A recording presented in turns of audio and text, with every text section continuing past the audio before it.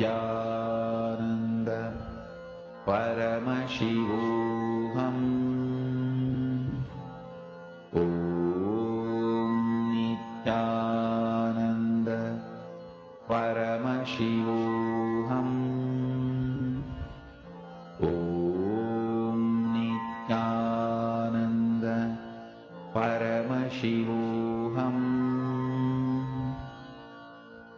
Om Nityananda Paramashivoham Om Nityananda Paramashivoham Om Nityananda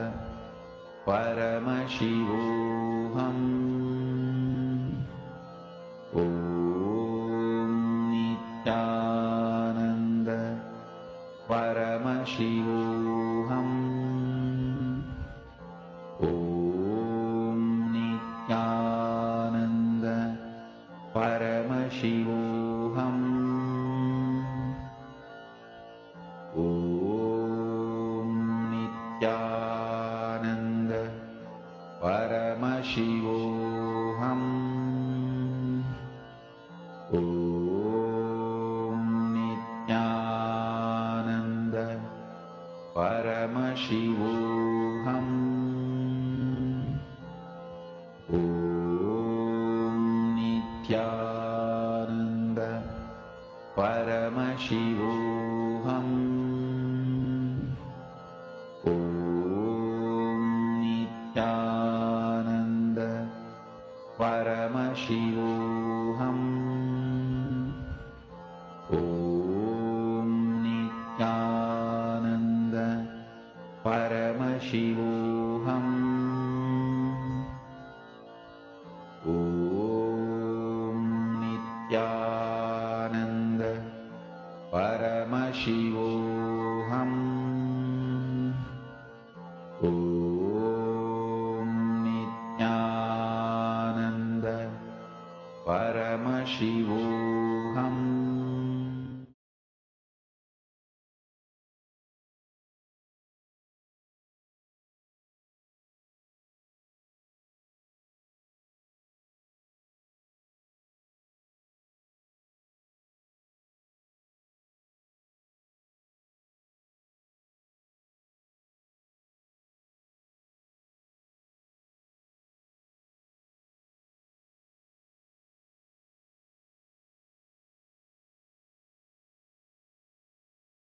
Nityanandam Paramasukhadam Kevalam Jnanamurtim Dvandvatitam Gagana Sadrisham Tattvamasyaadilaksham Ekam Nityam Vimalamachalam Sarvadhi Sakshibhutam Bhavatitam Trigunarahitam Satgurum Tam Namami. Welcome to Nityananda Yoga, where we transcend the limits of conventional practice and dive deep into the source of our being, drawing from the original source of yoga itself. Today, we're embarking on a journey of a simple 308 asanas, the Dvitiya Vinyasa Krama. But it's not just about contorting the body or mastering complex postures. It is about connecting in oneness with the cosmos. Your body will be like wax, moldable and pliable. Today, as we embark on this journey, shed the notion of limitations. Forget the boundaries imposed by your bone and flesh. Instead, recognize yourself as the very source material of the cosmos, the consciousness from where we all come from. With each movement, you will not just be stretching muscles. You will be reaching into the depths of your consciousness. Visualize yourself as a sculptor, crafting your form with intention and precision. Want to grow 4 inches taller by the end of this session? Believe it, for your body is a wax waiting to be molded as per your intention. There is only one enemy towards this that we have built within each one of us. That is the parasites of negativity. Every muscle you have built in the moment of anger, of anxiety, of pain, of incompletion becomes the boundary of your consciousness. Today, we embark on a journey to detoxify ourselves, make us experience our original nature as divine. So as we go through these 12 components, which is so unique to Nityananda Yoga, from the original source, the Vedas and Agamas, remember, you are not bound by limitations. You are the creator of your reality. Embrace your true nature. Let us sculpt our beings into an epitome of strength, flexibility, and bliss. Welcome to a transformative experience like no other, Nityananda Yoga. There are 12 different components that consist Nityananda Yoga. One is the asanas, which we traditionally know of.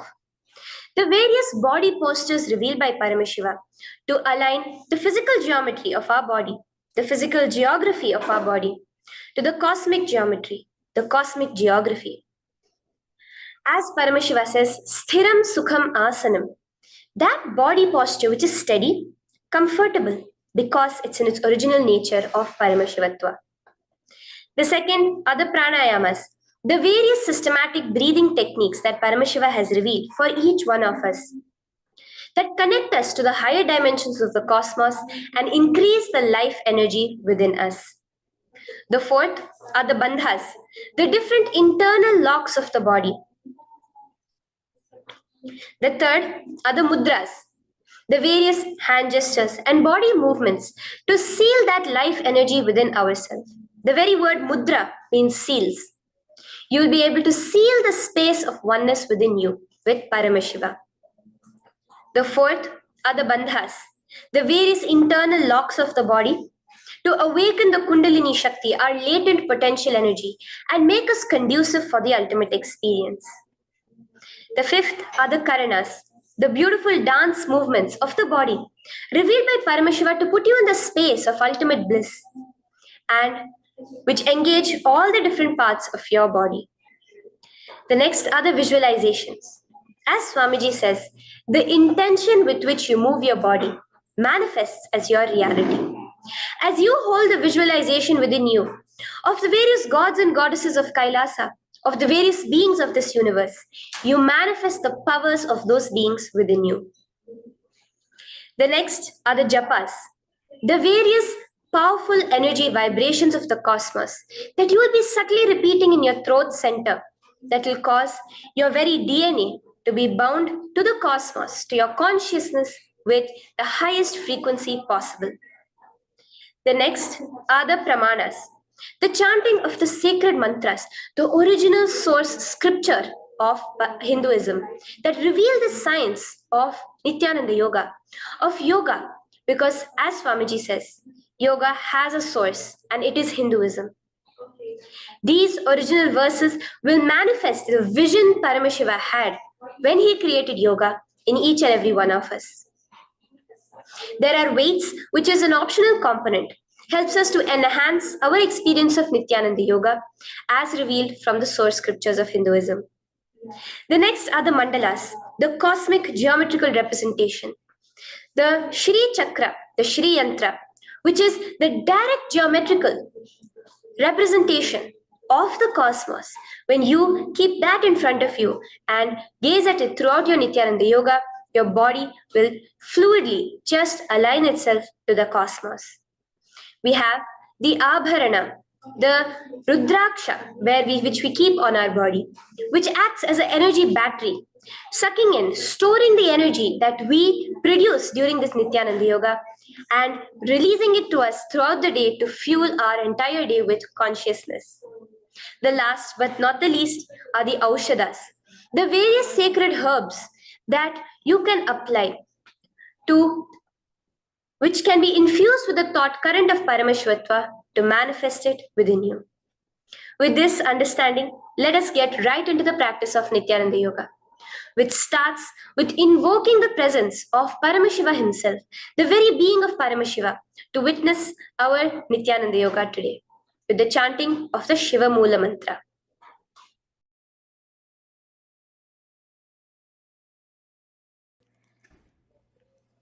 Let us now chant the Shiva Mula Mantra 11 times internally. Om Ham Hom Shivaya Namaha.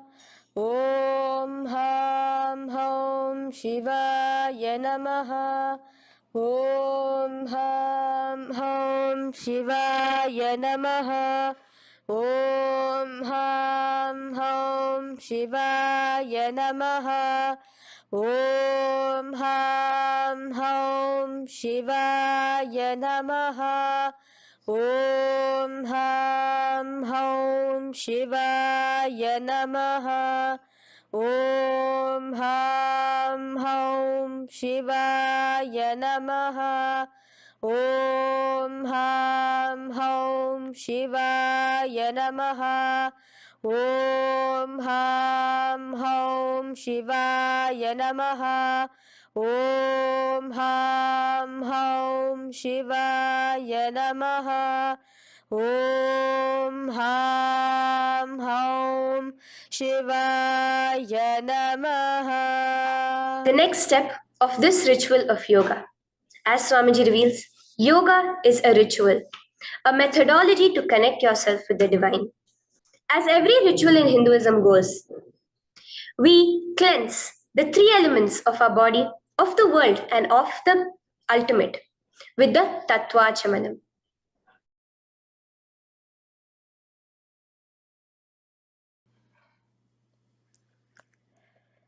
The next is the Tattvachamanam.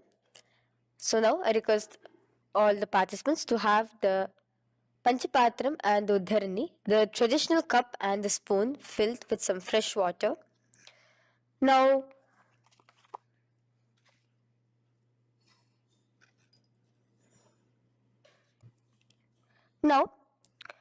keeping your right hand in the shape of a cow's ear, the Gokarna Mudra, pour an Uddharani of water from the Panchapatram and chanting each of the following mantras internally, drink the water that flows through the base of the palm.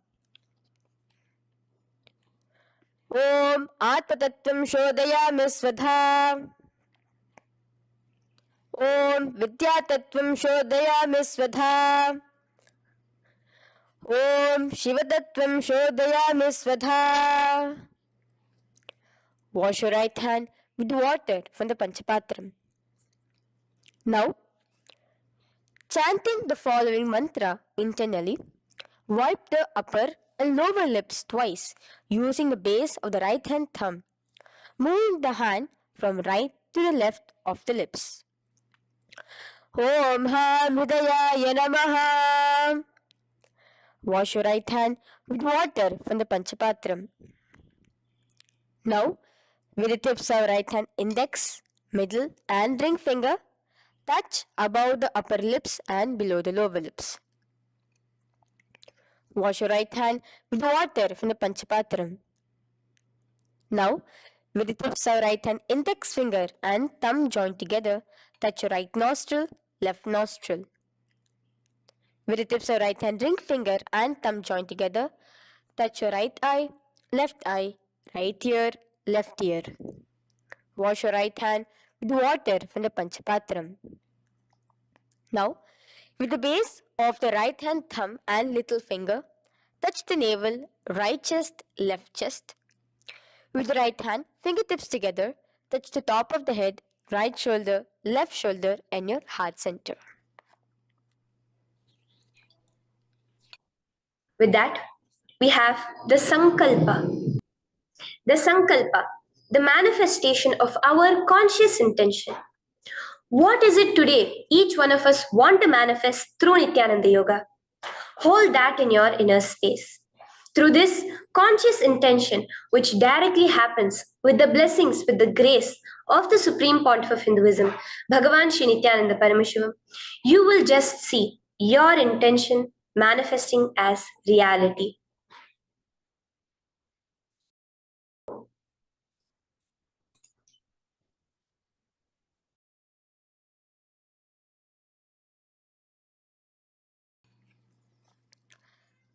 The next is the Sankalpa, the conscious resolution.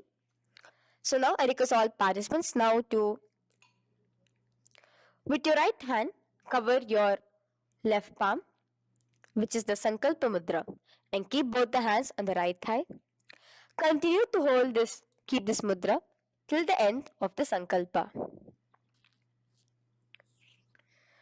Om Mamopata Samasta Durita Bhagavat Shri Nityananda Paramashiva Prityartham Shri Nityanandeshwari Paramashiva Shakti Sameta Shri Nityanandeshwara Paramashiva Prityartham Cha शुभे शोभने मुहूर्ते अद्य ब्रह्मणः द्वितीय परार्धे श्री श्वेतवराह कल्पे वैवस्वतमन्वन्तरे अष्टाविंशतितमे नित्ययुगे प्रथमे पादे जम्बूद्वीपे भारतवर्षे भरतखण्डे मेरोः दक्षिणे पार्श्वे शखाब्दे अस्मिन् वर्तमाने व्यवहारिके प्रभवादीनां षष्ट्याः संवत्सराणां मध्ये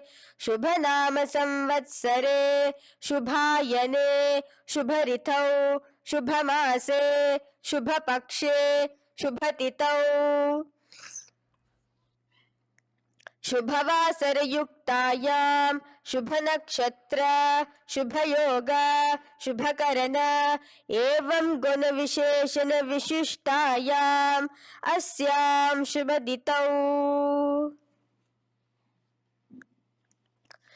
श्री कैलासोन्नत द्वादशान्त श्यामला पीठारूढ श्री मीनाक्षी सुंदरेश्वरा भिन्न स्वरूप परशिवपुत्र रत्न कुमार गुरुमन्यतुल्यावतार श्री पार्वती स्तन्यपान लब्ध दिव्य ज्ञान विश्रुत सकल निगमागम सारभूत द्राविड वेद प्रवक्त्रे श्रीमत् परमशिव करुणा समधिगत मुक्तामय चतुरश्रयान गीयमान छत्र चामर श्री चिन्ह काहलादि समस्त बिरदावल्यलंकृत ज्ञान विज्ञान चक्रवर्ती सर्वजन संग सद्यो निर्वाण दीक्षा व्यापवर्ग वर्ष विश्रान जीमूत परमत कलभ केसरी शैव सिद्धांत स्थापनाचार्य श्री राजाधिराज पांड्य महाराज गुरु क्षपन शाक्यादि महांधकार निवारण ज्ञान भानु वीक्षणा नरहार ध्वजोच्छेदन पूर्वक श्रीमद् वृषभध्वज स्थापक शैव समय कर्त्रे सर्वज्ञ पीठारूढ़ श्री जगद्गुरु श्री ज्ञान संबंध देशिक स्वामी वागीश सुंदर माणिक्य वाचक स्वामी नाम अवतार भूत श्री ज्ञान संबंध स्वामी पुनरुद्धृत श्यामला पीत सर्वज्ञ पीत त्रिनवद्युत्तर द्विशततम गुरु महासन्निधान अरुणगिरि योगीश्वर परंपरागत अरुणाचल सर्वज्ञ पीठ गुरु महासन्निधान कैलास परंपरागत कांची कैलास सर्वज्ञ पीठ त्रयस्त्रिंशदुत्तर द्विशततम गुरु महासन्निधान नित्योत्सव नित्य मंगल नित्य कल्याण नित्य रजित कैलास परंपरागत आदि कैलास नित्यानंद पीठ महासंस्थान महासिंहासन पीठ कर्त्रे साक्षात् श्री परम शिव समुद्भूत कैलास परंपरागत वैवस्वत मुनि इक्ष्वाकु हरिश्चंद्र भगीरथ श्रीरामचंद्र सूरसेन इत्यादि अनवच्छिन्न सार्वभौम चक्रवर्ती परंपरागत चतुष्षष्टि योगिनी मंडिता चतुष्षष्टि संप्रदाय प्रवर्तक मनुधर्म शासन सूर्यवंश प्राप्त सर्वज्ञपीठ सुरांगी साम्राज्य मूधाभिषिक्त चूदामणे साक्षात् श्री परम शिव समुद्भूत कपिल महागुरु पुनरुद्धृत महानिर्वाणि पीठ अष्टोत्तर सहस्र श्री महामंडलेश्वर साक्षात् श्री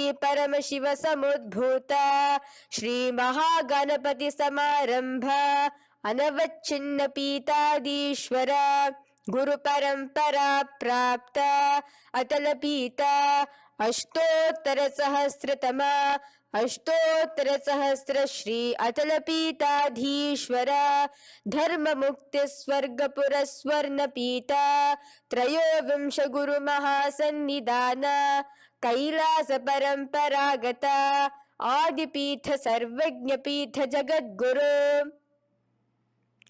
श्री कैलास पुनरुद्धारक श्री कैलास परमाचार्य श्रीमत् परमहंस परिव्राजकाचार्य वर्य सच्चिदानंद प्रणव स्वरूप श्रोत्रिय ब्रह्मनिष्ठ श्रीमद् जगद्गुरु श्रील श्री भगवत श्री नित्यानंद परम शिव श्री ज्ञान संबंध देशिक परमाचार्य स्वामिनां प्रीत्यर्थम तेषां पादारविन्दयोः भक्ति सिद्ध्यर्थम गुरु कृपा कटाक्ष सिद्ध्यर्थम क्षेम स्थैर्य वीर विजय आयुरारोग्य ऐश्वर्यानां अभिवृद्ध्यर्थम धर्मार्थ काम मोक्ष चतुर्विध फल पुरुषार्थ सिद्ध्यर्थम समस्त दुरितोपशांत्यर्थम समस्त मंगलावाप्यर्थम भगवत श्री नित्यानंद परम Shiv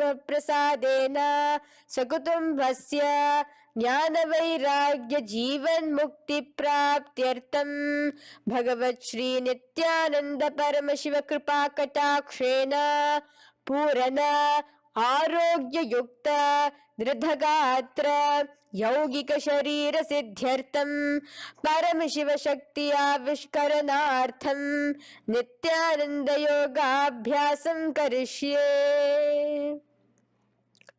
Now wash your right hand with water from the Panchapatram. Om Apaupasprisya.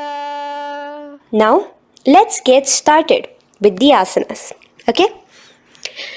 Sit first in a cross-legged position on the ground in Sukhasana. Bring your hands into the Bindu Mudra with your thumbs and index fingers touching each other. Place it on top of your knees. Here we have the Kumbhaka, the pranayama of Samana Kumbhaka. As you inhale and exhale, visualize flames licking up your spine.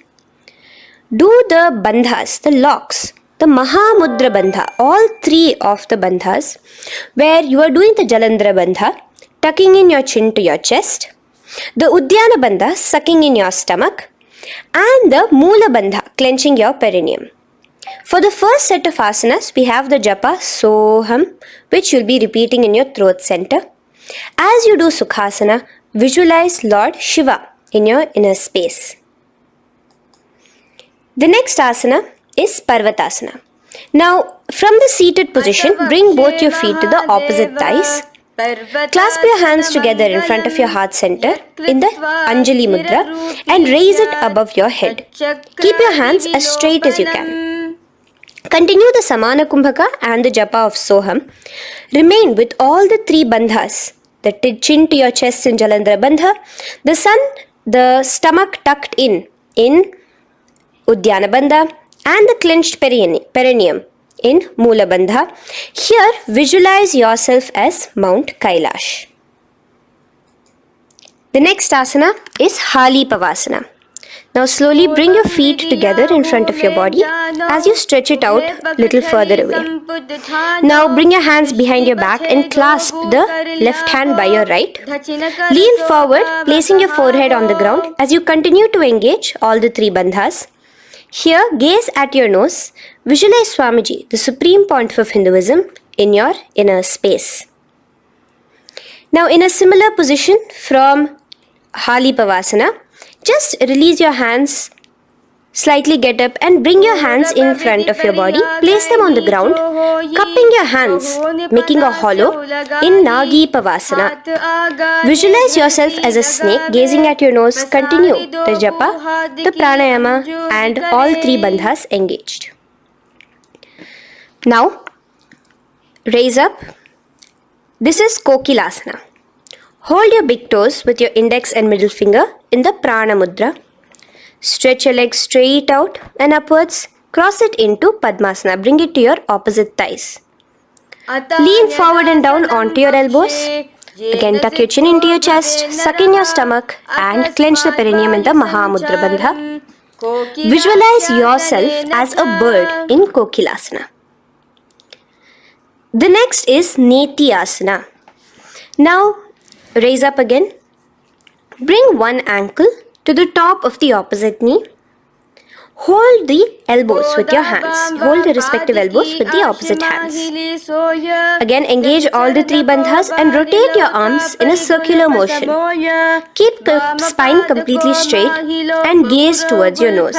Visualize Swamiji, the Supreme Pontiff of Hinduism, in your inner space.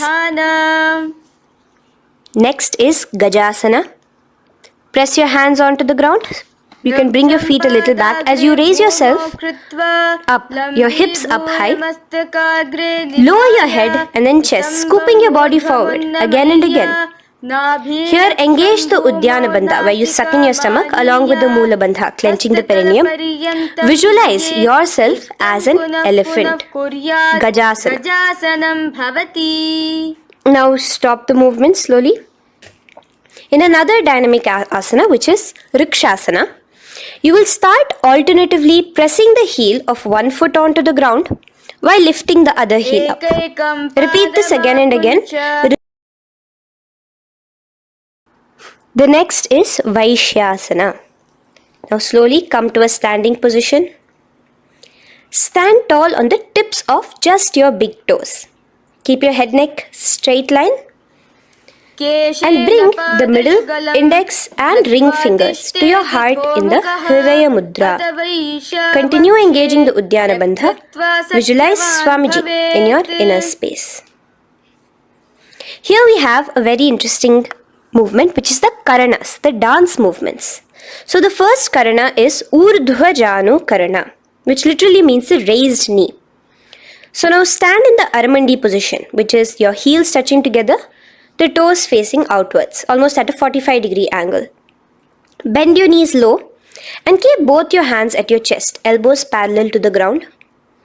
Twist one knee towards the center of your body. Raise it up, back across the body back to the original position. Simultaneously with the leg movement, follow it with your respective hand, up and across the body. Repeat this alternatively on both sides. Now, in Balalingasana, come back to a standing position straight and interlace your fingers from outside in. This is the Sarvavashankari Mudra. Hold on to your knee, pulling it up towards your chest. Pull it tight. Continue to keep your spine straight. Engage all the three bandhas, the Jalandhara Bandha, the Uddiyana Bandha and the Mula Bandha. As you are holding your knee, visualize yourself holding, caressing a baby. Balalingasana. The next asana is Pada Pidanasana. Now the same foot which is raised, clasp it with your hands and pull it behind towards your body, holding it with both your hands. Again, engage all the three bandhas, standing tall.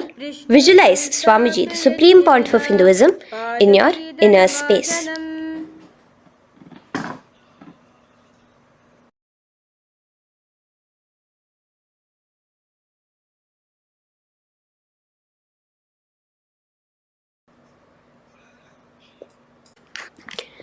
From here, let's enter into Natarajasana. Now, the same foot you're already holding behind your back, twist the same hand of that leg inwards and pull the leg back. Extend the opposite hand forward with the index and thumbs together, again in the Bindu Mudra. Now, kick pull the foot back and up while leaning forward in Natarajasana. Hold your balance here. Here you will be engaging only the Moola Bandha, visualizing yourself as Lord Nataraja, the Lord of Dance.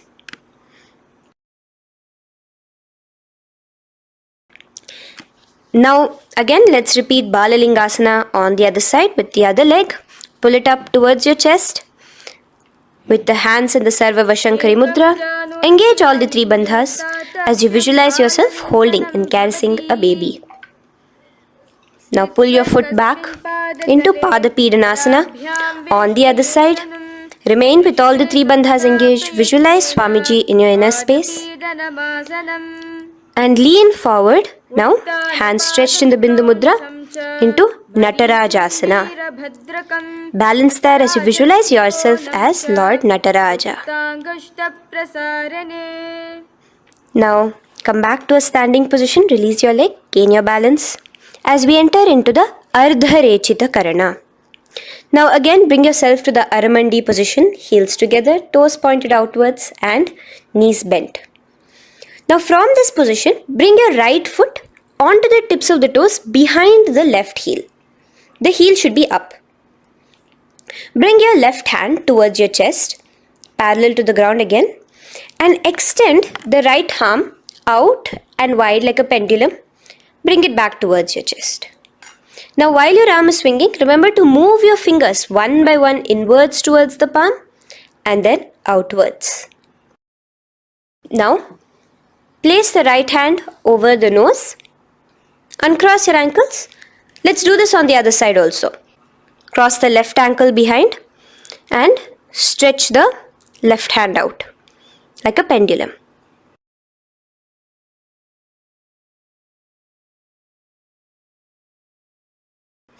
Bring it to your nose. Uncross the ankles. Now let us enter into the skeleton dance. It's a very powerful meditation. It cleanses the muscle memory. Any patterns which are there within your muscle memory can be completely wiped out through this skeleton dance. Just 2 simple steps. Now stand straight. Visualize yourself as a skeleton. You can close your eyes. Just visualize yourself as pure bones. There are no muscles, no veins, no nerves, tissues, organs, nothing. Just bones, a skeleton form. And shake your body intensely. As a skeleton, you are moving yourself wildly, intensely. Just shake it all out. Move your hands, move your legs, your head. Let there be no bone in your body untouched. Just move it. Move wildly, shake. Literally feel yourself throwing all the patterns out of your system with the intensity of your shaking.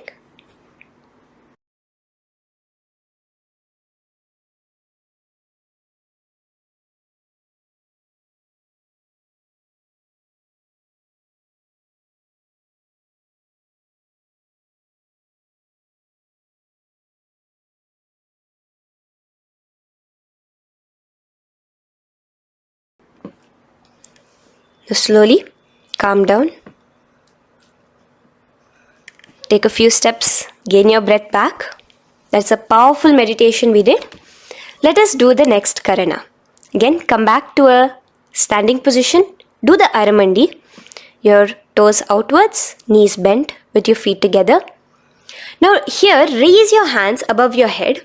Keep your palms completely straight and cross the wrists with the palms facing forward and the back of the hands outward. Now from the crossed wrists, uncross the wrists, spreading your arms out wide while you turn your hip towards the side. Turn by the waist sideways. Bring your hands back over the head and turn on the other side. Repeat this on the other side. Do it again. Let's twist out. Come back to the middle and twist out again. This is the Katichina Karana. Now stand tall. Raise your hands above your head. Bring yourself to the top of the tip of your toes. Let your hands face each other parallel to the ears. You're tall, pushing yourself, stretching yourself. Again, engage all the 3 bandhas. Tucking in your chin to the chest, sucking in your stomach and clenching your perineum. Visualize yourself as a palm tree. We have the japa changing over here, where you will be repeating Shivoham in your throat center. Tadasana. Now, as we enter into Uttanasana, relax and lean forward, bringing your hands on by the ground next to your feet. Keep your palms flat on the ground. Try your best. Engage all the three bandhas. Remain with all the three bandhas engaged as you visualize Swamiji, the supreme point of Hinduism himself, in your inner space. Now jump your feet back into Tarakshvasana, coming to a plank position. Keep your hands shoulder width apart. Be steady there. Chuck in your chin to your chest in the Jalandhara Bandha as well as engaging the Moola Bandha. Now rotate your head while in the Jalandhara Bandha from shoulder to shoulder, side to side. This is Tarakshvasana. Visualize Swamiji, the supreme point of Hinduism, in your inner space. Yes. Now lay flat onto the ground in Bhujangasana. Lower your entire body down. Now point your toes backwards. Keep your hands by the side of your chest and push yourself off the ground. Remember to use the strength of your lower back to hold yourself up. Open your mouth wide. Inhale through the hollow of your throat and exhale through your nose. This is the Bhujangani Mudra. In Bhujangasana, you will visualize yourself as a cobra. Now come back into a plank position. So you can tuck in your toes and come back into a plank position. In Shashasana, alternate bringing one knee towards your chest, back and forth. So you'll bring one knee front, push it back and bring the other knee. Repeat this again and again. Do the Sahaja Kumbhaka. Simple breathing in, breathing out. Engage the Moola Bandha, clenching your perineum. Visualize Swamiji, the supreme pontiff of Hinduism. Okay. Now place your legs back into the plank position as we enter into Rathasana. Again, bring one foot between your hands and alternate jumping one foot back and bringing the other foot forward simultaneously. Again and again. Continue the Sahaja Kumbhaka and the Moola Bandha engaged as you visualize yourself as a chariot, a Ratha, in Rathasana. Now, into Veerabhadrasana. Remain one leg in between your hands. So as you jump, one leg comes between your hands. Stop in that position. One leg stretched back. And raise yourself up into a standing position. So the front foot will be pointing forwards and bent at a 90-degree angle. The knee will be bent at a 90-degree angle. The other leg, which is extended back, the foot will be pointed sideways at a 45-degree angle. Now raise your palms, hands up, parallel beside your ears. Do the Uddiyana Bandha along with the Moola Bandha, pulling in your stomach in. Gaze towards your third eye as you visualize yourself as Lord Veerabhadra. Now relax down, switch your legs around and let us do Veerabhadrasana on the other side. Stretch your hands up, gaze towards your third eye, suck in your stomach in the Uddiyana Bandha and visualize yourself as Lord Veerabhadra. Okay, bring your feet together now. Let us move into Vrikshasana.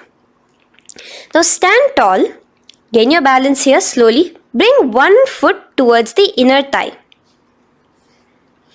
Bring your palms together, raise them up above your head in the Anjali Mudra. Keep your elbows as straight as you can. Again, continue the Uddiyana Bandha, sucking in your stomach. Gaze forward, hold your balance, visualize yourself as a tree, the stability of a tree in Vrikshasana. Now, slowly bring your hands down. Now the foot which is in your inner thigh, bring it towards the opposite, to the root of the opposite thigh. Bring your hands in the Namaskar Mudra in front of your heart center together and visualize yourself here as Lord Garuda, just engaging the Moola Bandha alone here. This is Garudasana. Now let us repeat Vrikshasana on the other side. Slowly put your foot down. Bring the other foot to the inner thigh. Raise your hands above your head. Suck in your stomach in the Uddiyana Bandha and visualize yourself as a tree. Let's repeat Garudasana on the other side. Slowly bring the foot to the opposite thigh and lower your hands to be in front of your heart center. Release the Uddiyana Bandha, just engaging the Moola Bandha, clenching your perineum. Visualize yourself as Lord Garuda, the eagle vehicle of Lord Mahavishnu. Okay, bring both your feet to the ground now and spread them far apart from each other. Now keep one leg toes pointing forward and the other set of toes pointing sideways. Straighten your arms out parallel towards the ground. Bring your front arm down towards the front foot, beside your foot, while the other arm extends towards the sky. Visualize yourself as a triangle in Trikonasana. Now raise up and let's repeat Trikonasana on the other side. Switch the position of your legs around and go forward. The other arm raised towards the sky. Visualize yourself as a triangle. Now come back to a standing position. Bring your feet together. We are having another Karana, the Nikuttaka Karana. Bring yourself to the Aramandi position. Feet together, knees out wide. Here now bring your hands towards your chest, but keep both your palms parallel towards each other. Bring your right foot onto the toes with the heels up. And simultaneously bringing the right hand towards the top. Now drop the right foot, simultaneously lifting the left foot onto the toes and switch the hands position. Now the left hand is on the top and the right hand is on the bottom. Repeat and let us do this repeatedly. Okay, relax now, come back to a straight position and sit down onto your toes. Sit on your heels with your toes on the ground, knees raised up off the ground, together in front of you in Angushtasana. Bring your hands together in the Namaskara Mudra in front of your heart center. We have a very interesting pranayama over here, which is the Bhramari Kumbhaka, where you will be subtly buzzing like a bee as you do this asana. The japa we will be entering into is Sadashivoham. In Angushtasana, engage the Moola Bandha as you visualize Swamiji, the Supreme Pontiff of Hinduism, in your inner space. Now in the same position, slowly bring your hands to the ground.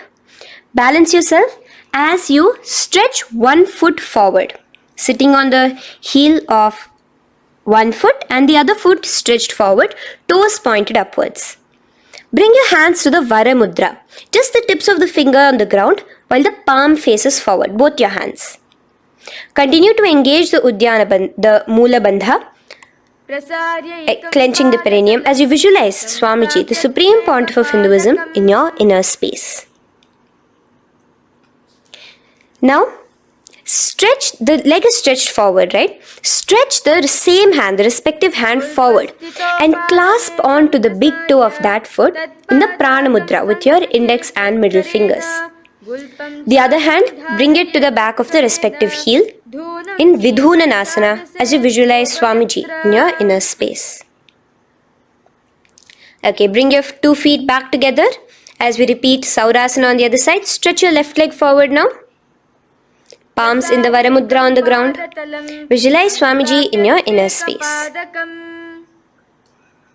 And lean forward into Vidhunanasana on the other leg. Clasp your toes. Bring the other hand to the back heel. Continue to visualize Swamiji.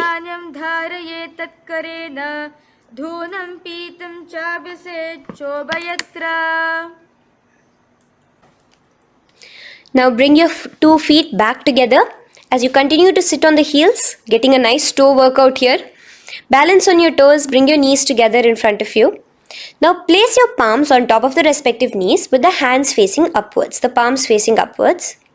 Leave a slight gap between your palms and knees. As you gaze forward, engage the Jalandhara Bandha, tucking in your chin to your chest, and look between the gap between your hands. Brahma Jurankushasana. The next is Kapilasana. Now spread your knees wide and place them onto the ground. Keep your hands on the respective knees. Pull your stomach in and up in the Uddiyana Bandha. Gaze towards your nose as you visualize yourself as Maha Kapila Muni, the first man that ever started thinking. In the same position, just release that Uddiyana Bandha, release the lock of the stomach, but continue to clench your perineum in Mula Bandha as you switch your gaze to your third eye. So from your nose, switch your gaze to the third eye. Visualize Swamiji, the supreme pontiff of Hinduism, in your inner space. Bhadra Gorakshasana. Next is Suryasana. Now, your toes are tucked. Just lift your knees off the ground, wide apart. Bring your hands together in the Padma Mudra with the little fingers and thumbs joined together. Engage the Uddiyana Bandha, suck in your stomach and raise your hands up tall above your head. Slightly lean back as you look towards the gap between your hands. Visualize Lord Surya in your inner space. Now relax, slowly bring your hands to the ground. Sit on top of your heels, the toes flat. Here, keep your hands on top of your knees and lift your tongue up against the roof of your mouth in the Manduki Mudra. Do the Sahaja Kumbhaka, simple breathing in and out. Engage the Mula Bandha, clenching your perineum. With the Japa Sadashivoham, repeating in your inner space, here you will visualize yourself as a frog in Mandukasana. Your tongue pressed against the upper palate. Is your frog-like tongue catching the nectar of immortality dripping from your Sahasrara Chakra? Gaze towards your third eye in Mandukasana. Now from here itself, moving into Uttana Mandukasana. Just bring your hands to the opposite shoulders, remaining in the same seated position. Continue with the Uddiyana Bandha engaged, gazing at your third eye. The Manduki Mudra, tongue pressed against the top of your palate, visualizing yourself as a frog in Uttana Mandukasana.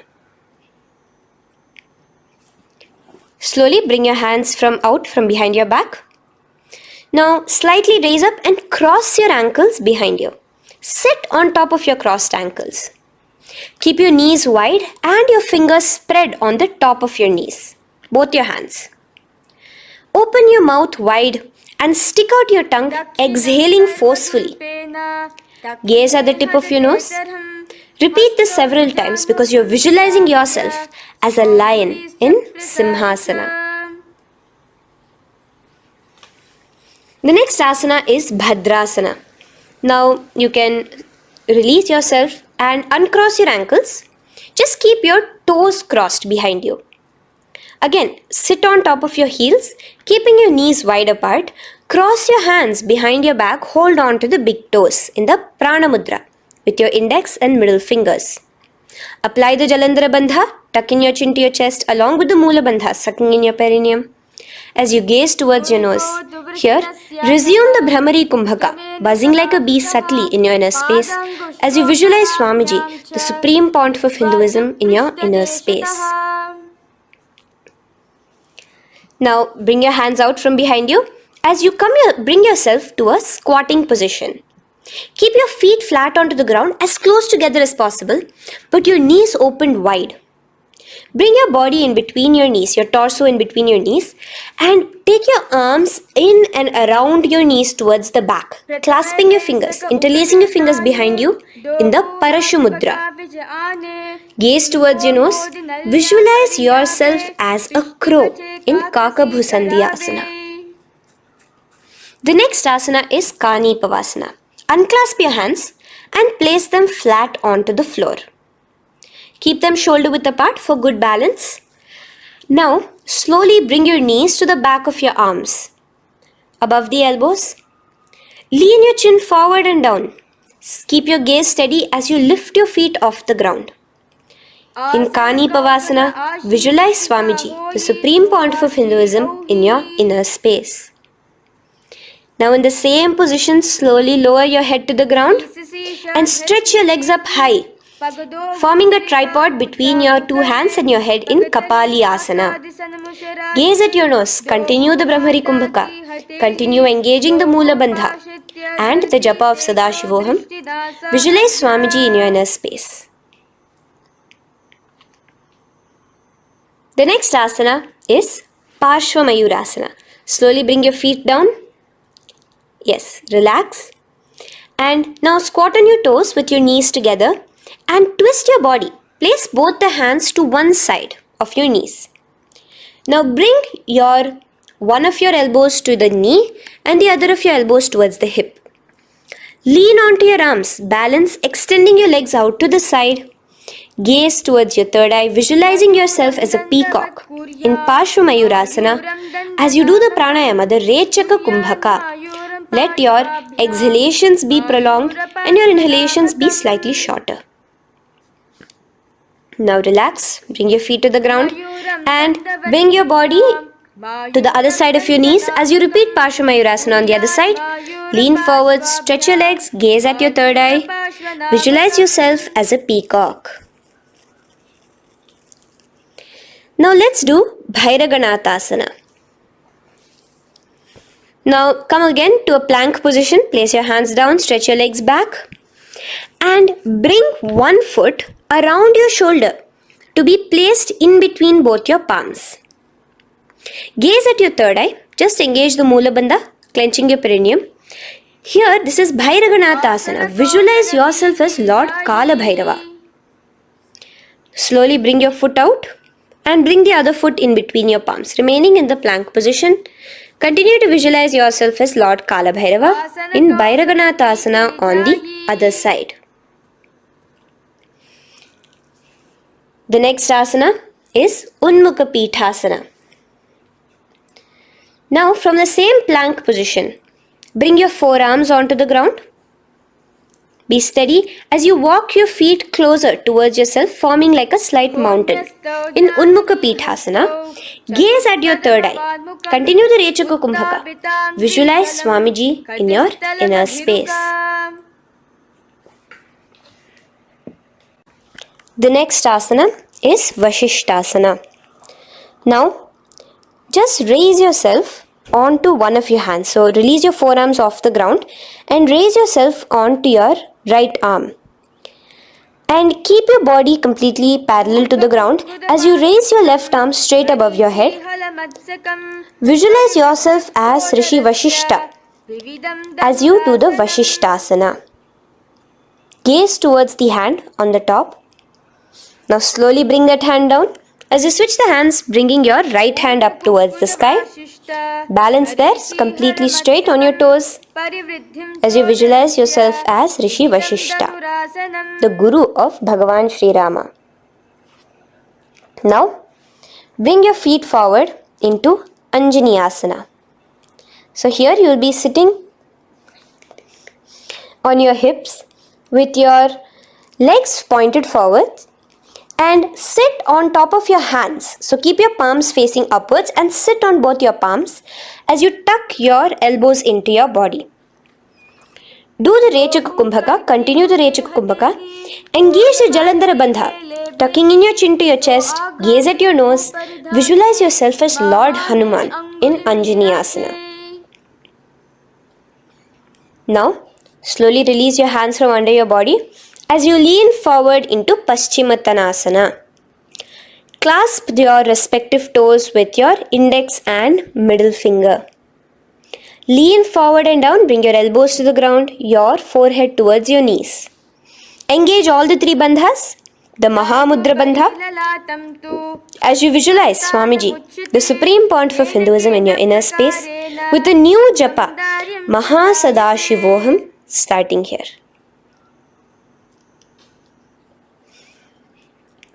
The next is Ugrasana. Now you can raise up and clasp your hands behind your neck in the Parashva Mudra. Interlace both your fingers. Lean forward and down, bringing your forehead to your knees and your elbows onto the ground. Again, engage all the three bandhas in the Mahamudra Bandha as you visualize Devi Kali in your inner space in Ugrasana.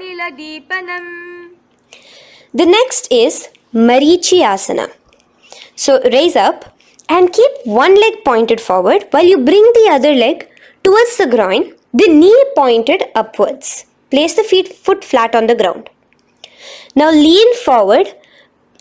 Bring both your hands. Wrap your arms around the raised knee, clasping your hands behind the back together. Bring your chest to the thigh with your head towards the knee. Here engage just the Moola Bandha, sucking in your perineum. As you visualize yourself as Rishi Marichi in Asana. The next asana is Mahamudrasana. Now slowly raise up and the raised knee, let it rest by your side with your leg towards the inner thigh of the opposite leg. Now again reach down, hold your foot, bring your elbows to the ground, your forehead to your knees. Engage all the three bandhas in the Mahamudra Bandha. Gaze at your nose, visualize Swamiji himself in your inner space. Raise up. Let's repeat Marichi Asana on the other side. Bring the other foot straight while the other foot comes into the groin. Knee up. Lean forward, clasping your hands behind your back. Visualize yourself as Sage Marichi. Now from here, raise up, engage all the three bandhas. As you let your knee fall to the side, lean forward, clasping the foot. Gaze at your nose. Visualize Swamiji in your inner space in Mahamudrasana on the other side. Now, bring yourself to a seated position. Sit and bring the soles of your feet together. Bend your knees and keep your heels as close towards you as possible. While try to touch your knees to the ground. Clasp your feet together with both your hands. Maintain a straight spine. Gaze towards your nose in Bhadrasana 2. Visualize Swamiji, the Supreme Pontiff of Hinduism, in your inner space. The next asana is Gwalipavasana. Now, keeping your feet together, just bring your hands towards the respective knees. Just lightly place them there. Tuck your chin to your chest in the Jalandhara Bandha, continuing to engage the Moola Bandha, clenching your perineum. As you gaze at your nose, visualize Swamiji, the Supreme Pontiff of Hinduism, in your inner space. Now, push your soles slightly further away from you.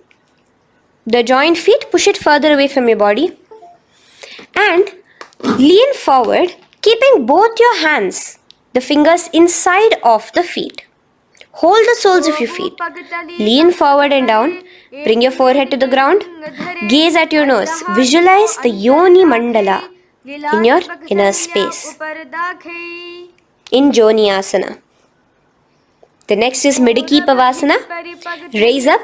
Stretch your arms out wide beside your body as you lean forward, your arms going over your knees. Bring your forehead to your feet. Continue to gaze at your nose. Visualize Swamiji, the Supreme Pontiff of Hinduism, in your inner space. Now, in Siddha Samadhi Asana, raise yourself up. Now, put your forearms underneath the calves of the respective legs. Let your palms face up towards the sky as you bring your head down to your feet. Gaze at your nose as you visualize Lord Surya in your inner space in Siddha Samadhi Asana.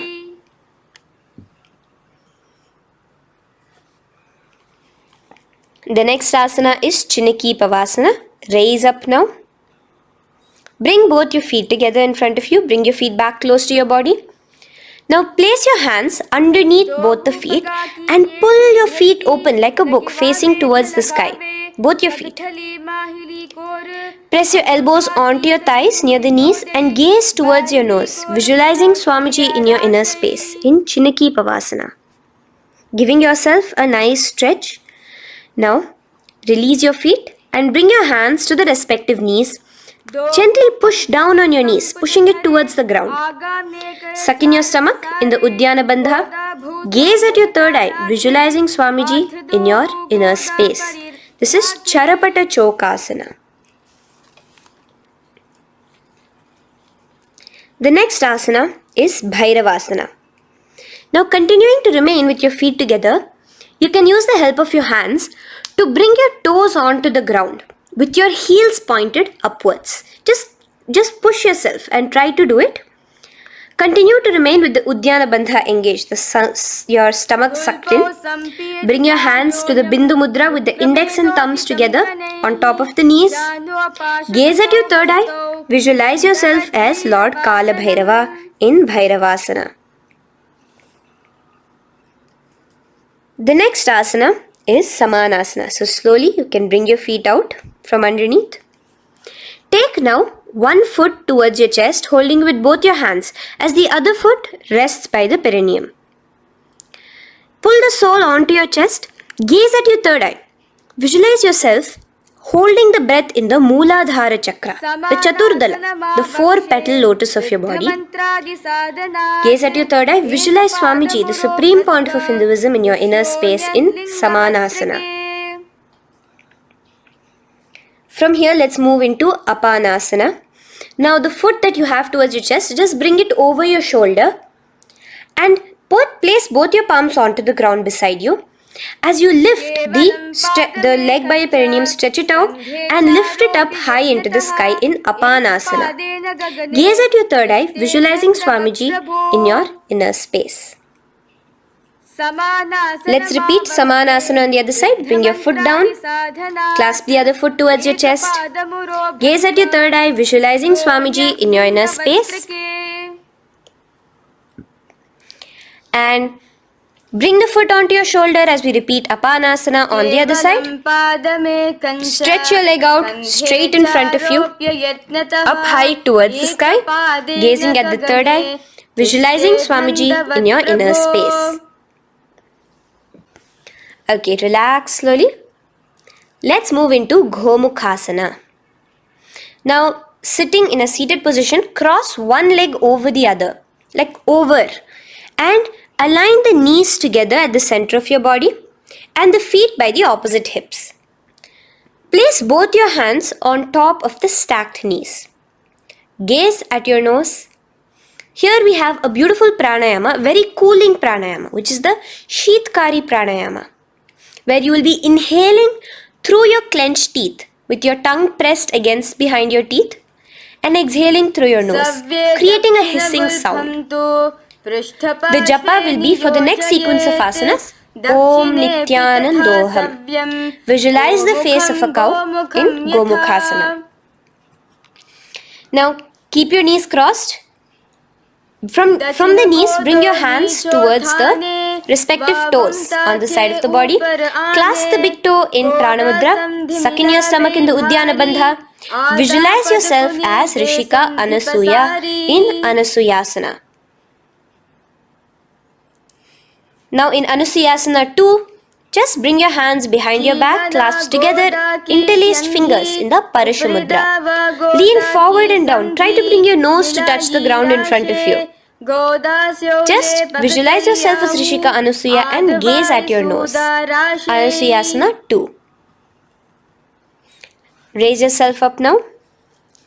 Now bring one foot towards the perineum, knee resting on the ground. Raise your other foot with the foot in front of the lying down foot, knees pointed upwards towards your chest. Place your hands on the respective knees.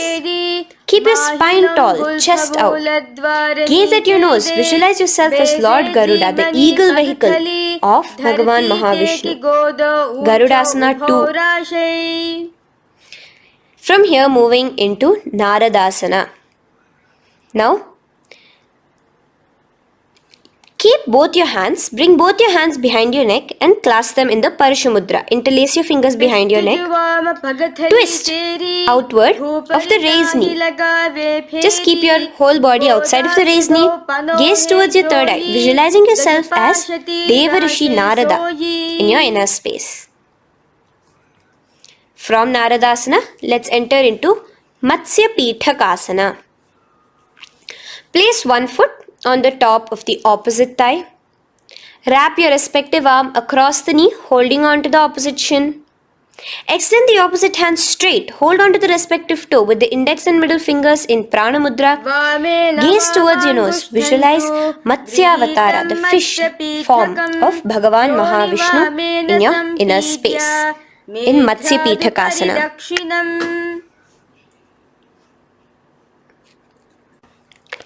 From there, let's repeat the Gomukhasana and the rest of the asanas on the other side too.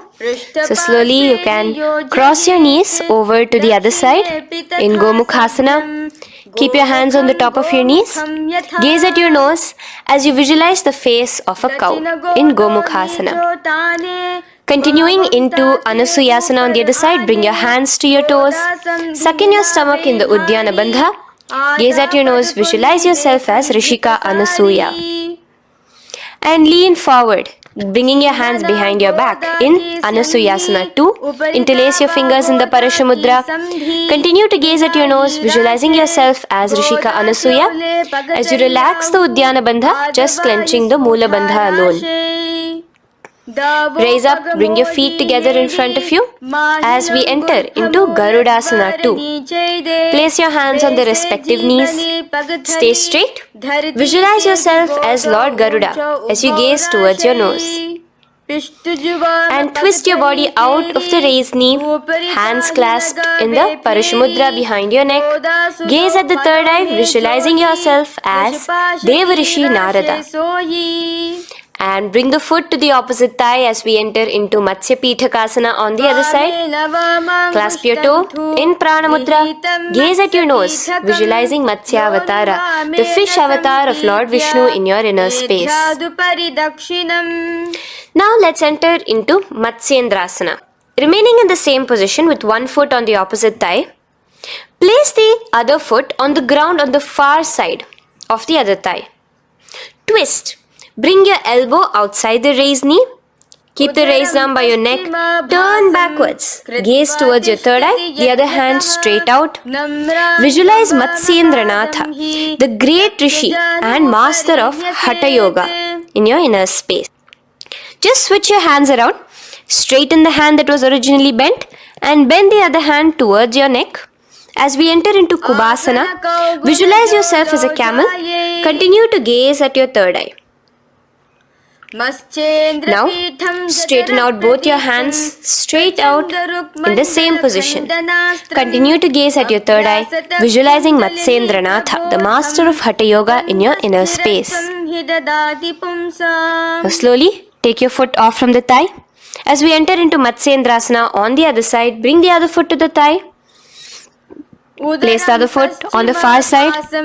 Twist, bringing your elbows outside of the raised knee, hands on the head. The other hand stretched out back. Twist, gazing at your third eye. Visualize Matsyendranatha in your inner space.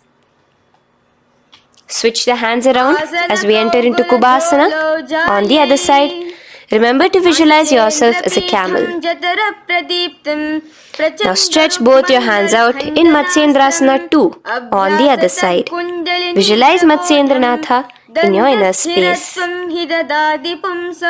Now, with one leg on the thigh, bring the other foot too to the opposite thigh in Padmasana. Place your palms on the respective knees. Engage all the three bandhas in the Mahamudra Bandha, tucking your chin to your chest, sucking in your stomach and clenching your perineum. We have a new pranayama here, which is the Shitali Kumbhaka, where you will continue to inhale through the teeth without creating the hissing sound and exhale through your nose. A new japa of Om Nityananda Sadashivoham starts here.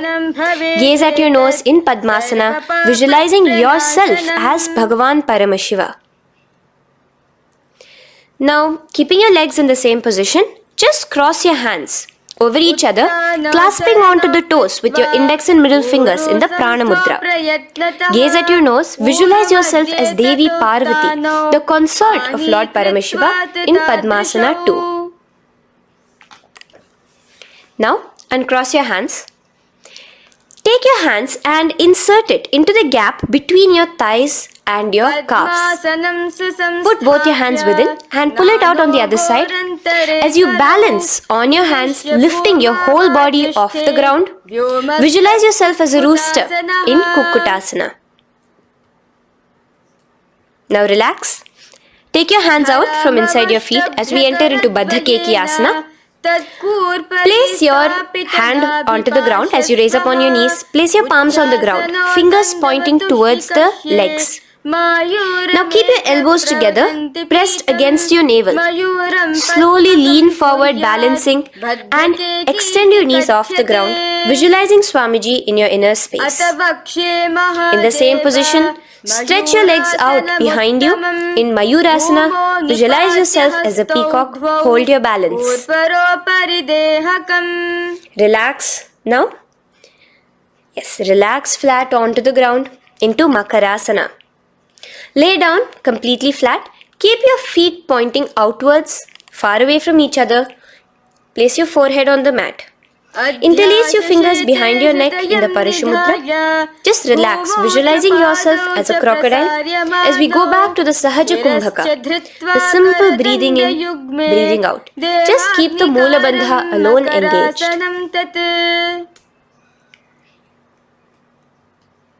The next asana is Shalabhasana.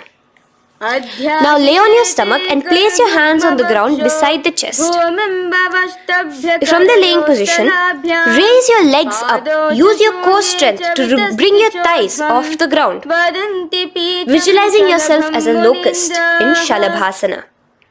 Relax your feet down and bring your hands to your feet, pulling your feet down towards the ground beside your hips. In Ushtrasana, visualize yourself as a camel. Now slowly kick your legs back.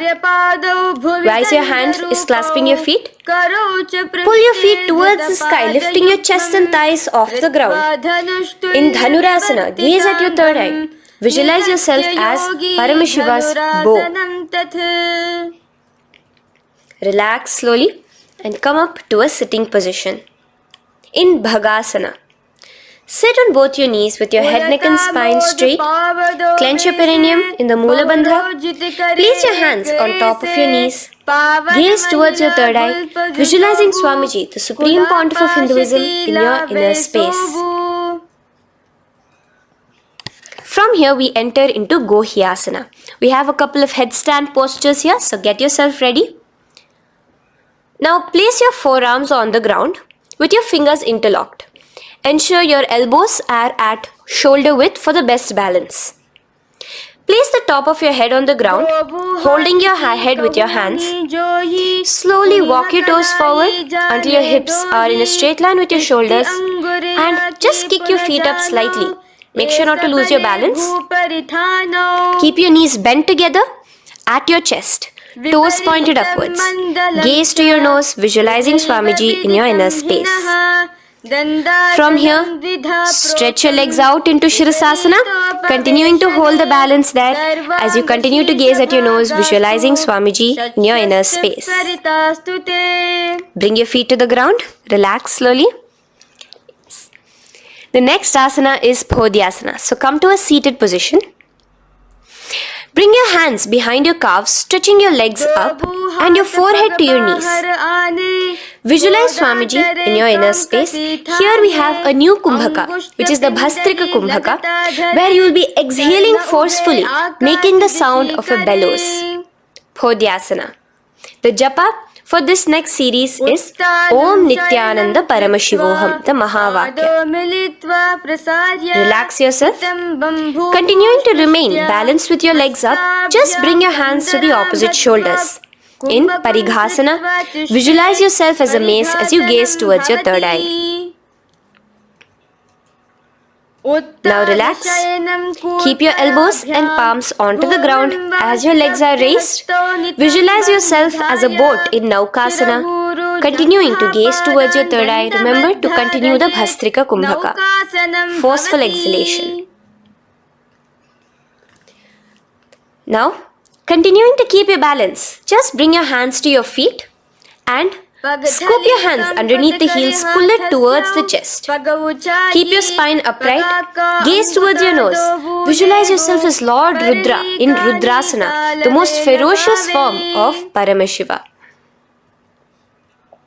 Now lay on your back. So you can remove your hands from underneath your feet and lay on your back. with your feet flat on the ground, knees pointed upwards. Now place your palms down. Just let your fingers touch the back of your heel. Do not clasp your feet. Lift your hips up high, pressing the feet onto the ground. Chin tucked to the chest in the Jalandhara Bandha automatically. Gaze at your nose, visualizing Swamiji in Unmukha Pithasana 2. Now lay onto the ground in Savasana. Just lay completely flat with your palms facing upwards by the side of your body. Just unclutch from any movement happening within you. Visualize your body is dead. The supreme point of Hinduism, Swamiji is just liberating you. Just let your awareness, your energy completely pervade your body in the Shakti Chalan Mudra as you continue to vibrate with the Mahavakya.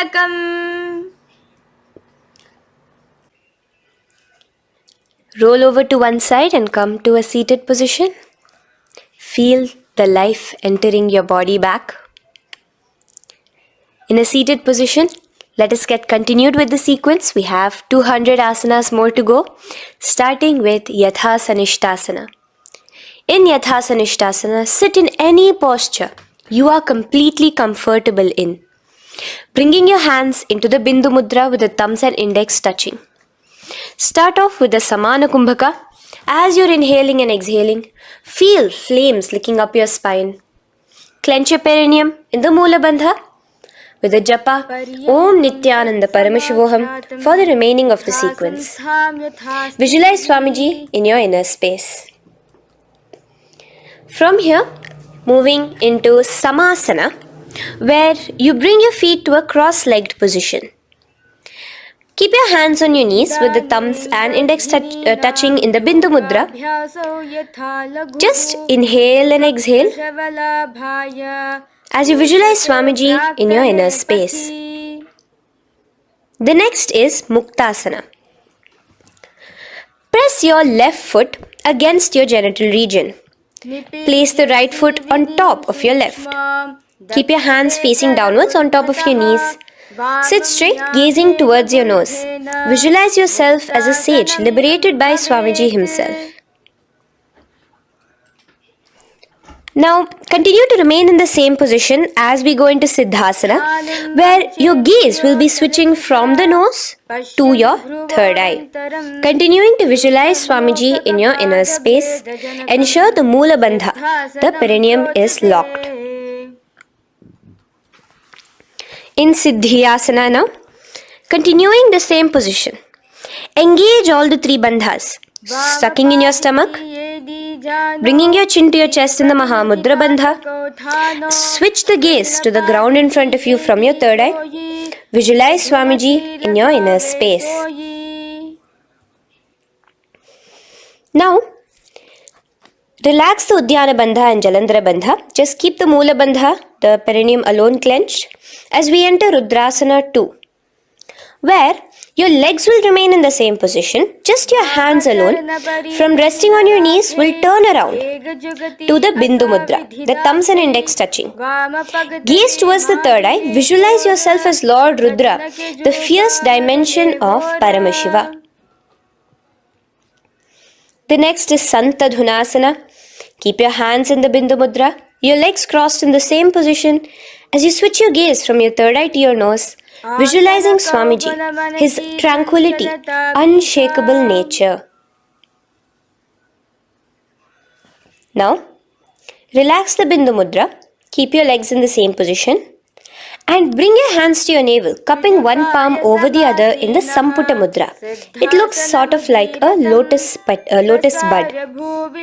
Continue to visualize Swamiji in your inner space in Siddhasana 2.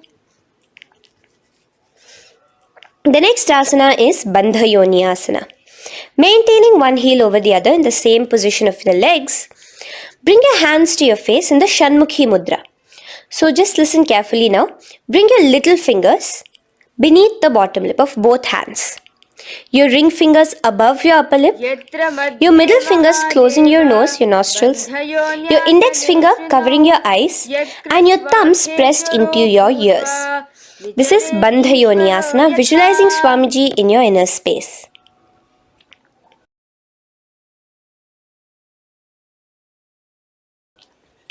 The next asana is Virasana.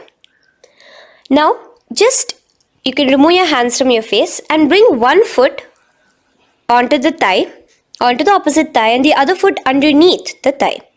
Keep your hands in the Bindu Mudra, thumb and index fingers together on the top of your knees as you embody the space and state of bravery, Veera, in Virasana. Now, changing the leg position again as we enter into Valmikasana. Keep your left heel on the right side of the generative organ, toes under the thigh. Keep your right foot on top of the left leg, toes by the knee. Again, bring your hands into the Bindu Mudra on top of the knees. Gaze towards your third eye. Visualize Rishi Valmiki, the poet, the first poet and author of Ramayanam. The next asana is Joni Mudrasana. So you're going to remain here as you switch your gaze to your nose, visualizing the Yoni Mandala, a beautiful formation, divine cosmic geometry, representing Devi, Shakti, a symbol of the creative energy of the universe in Joni Mudrasana. In the same position, switch your gaze to your third eye, continuing to visualize the Yoni Mandala in your inner space. Now, let's move into Bhadrasana 3. So bring your feet, the soles of your feet together, uncross them and bring them together in front of your body. Hold it with both your hands, pulling it against you. Push your knees down towards the ground. As you gaze at your nose, suck your stomach in the Udyana Bandha. Visualize Lord Veerabhadra in your inner space. Bhadrasana 3. In the same position, we are entering into Aghorasana, where your left hand will rest on top of the left knee, while your right hand comes towards your face.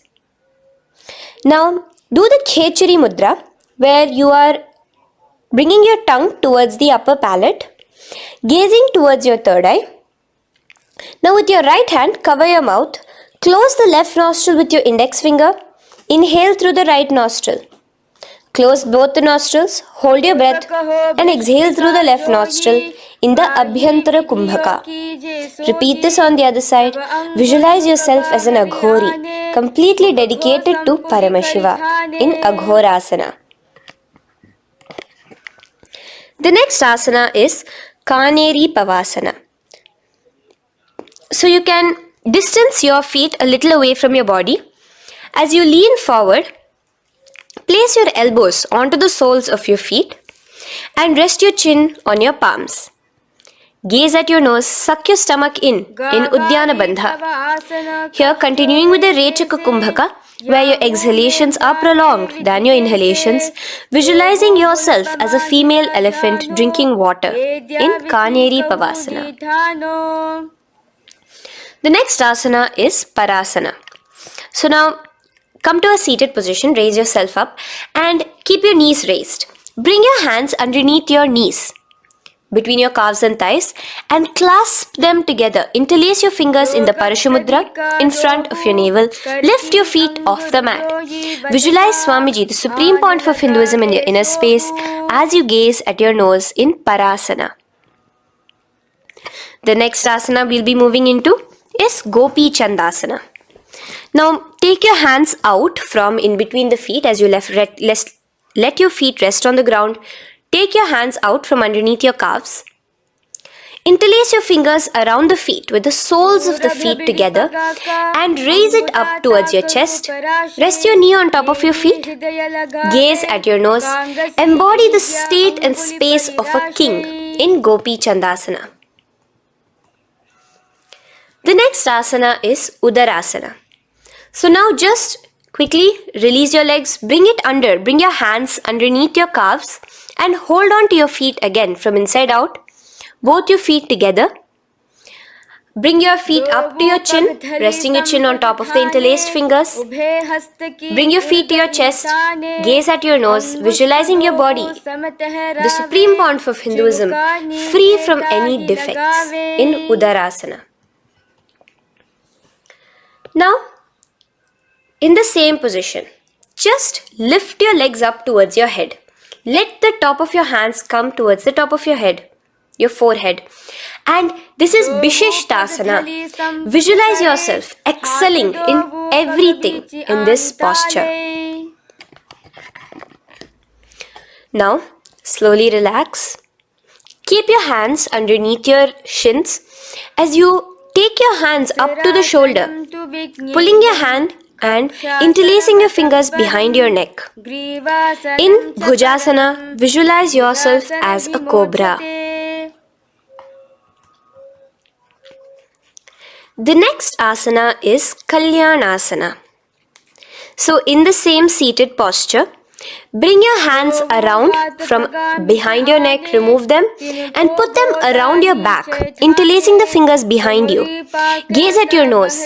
Visualize yourself as a beautiful, auspicious goddess in Kalyanasana.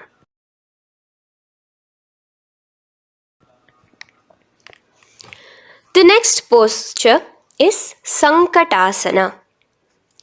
So now, uncross your hands from behind you. Release yourself completely onto the ground. Place your left knee on the mat and the left foot flat. Sit on top of your left foot, knee pointed forward. Raise your right leg on top of the left, bringing the right heel to the left hip.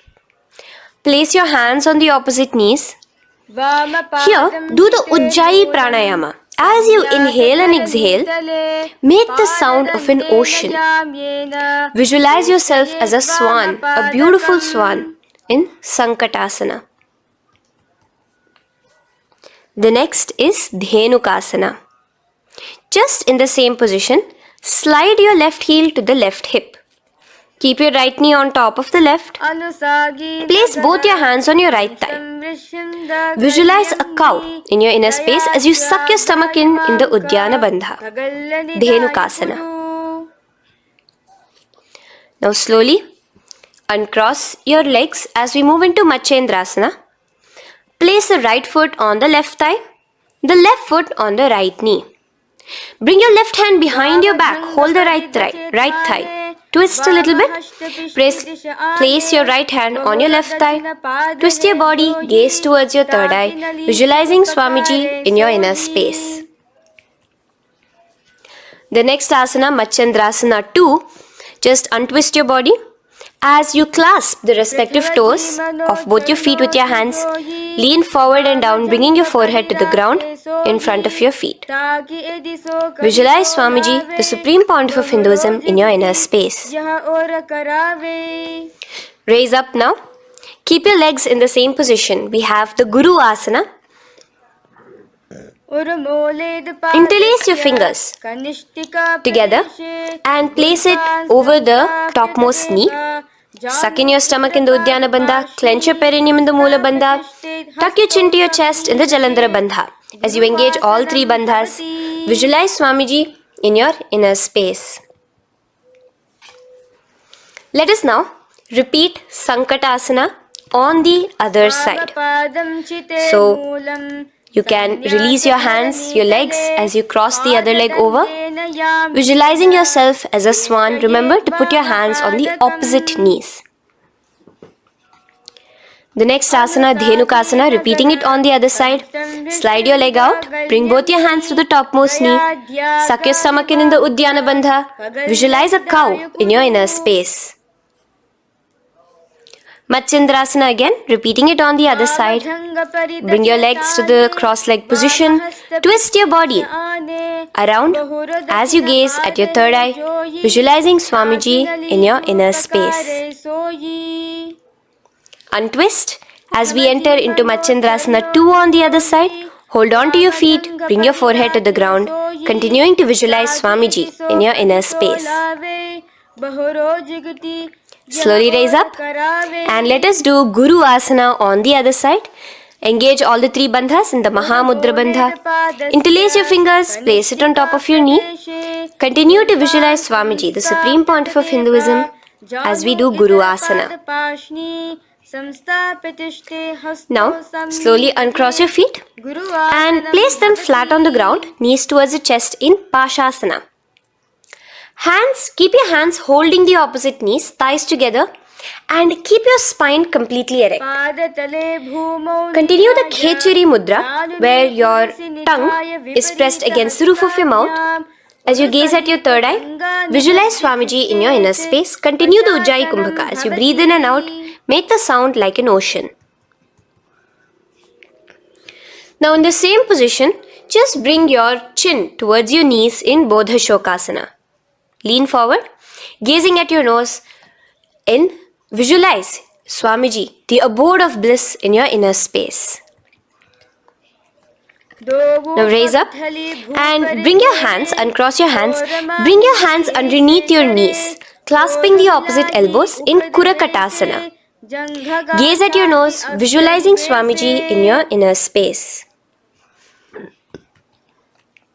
Now, in the same position as Kurakatasana, just cross your ankles into Sumati Asana. Toes pointed upwards. Gaze at the nose. Visualize the great sage and Maharishi Sumati in your inner space. The next asana is Dandasana. Extend your feet out straight in front of you. Keep your arms straight above your head. Interlace the fingers from inside out. Let your wrists point outwards. Engage the Mahamudra Bandha, all the three bandhas. As you gaze at your nose in Dandasana, visualize Swamiji in your inner space. The next is Arambhasana. Now keeping your legs straight, release the Jalandhara Bandha and the Udyana Bandha, keeping your perineum clenched in Mula Bandha. Lean forward and down. Hold your big toes in the Prana Mudra with your index and middle fingers. Head to your knees. Do here the Nadi Shodhana Pranayama. Inhale through the left nostril, hold and exhale through the right. Visualize Swamiji in your inner space. The next is Bhidokasana.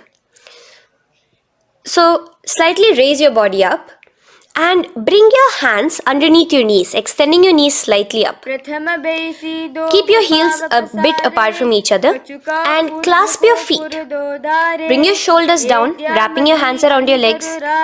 Gaze towards your third eye, visualizing Swamiji in your inner space. So from here, let's enter into Jalandhari Pavasana. So you can actually remain in the same position with your hands underneath your calves and just bring the soles of your feet together. You might want to bring your body closer. Place your head on top of your feet with the palms facing upwards on the ground. Gaze at your nose. Visualize Swamiji in your inner space. Now slowly bring your hands out from underneath and come to a seated position. Stretch your legs out as we enter into Urdhva Paschimottanasana. Here we have a new Kumbhaka, the Pratyahara Kumbhaka, where you will feel your breath coming from your Mooladhara Chakra up to the Brahmarandra above the Sahasrara.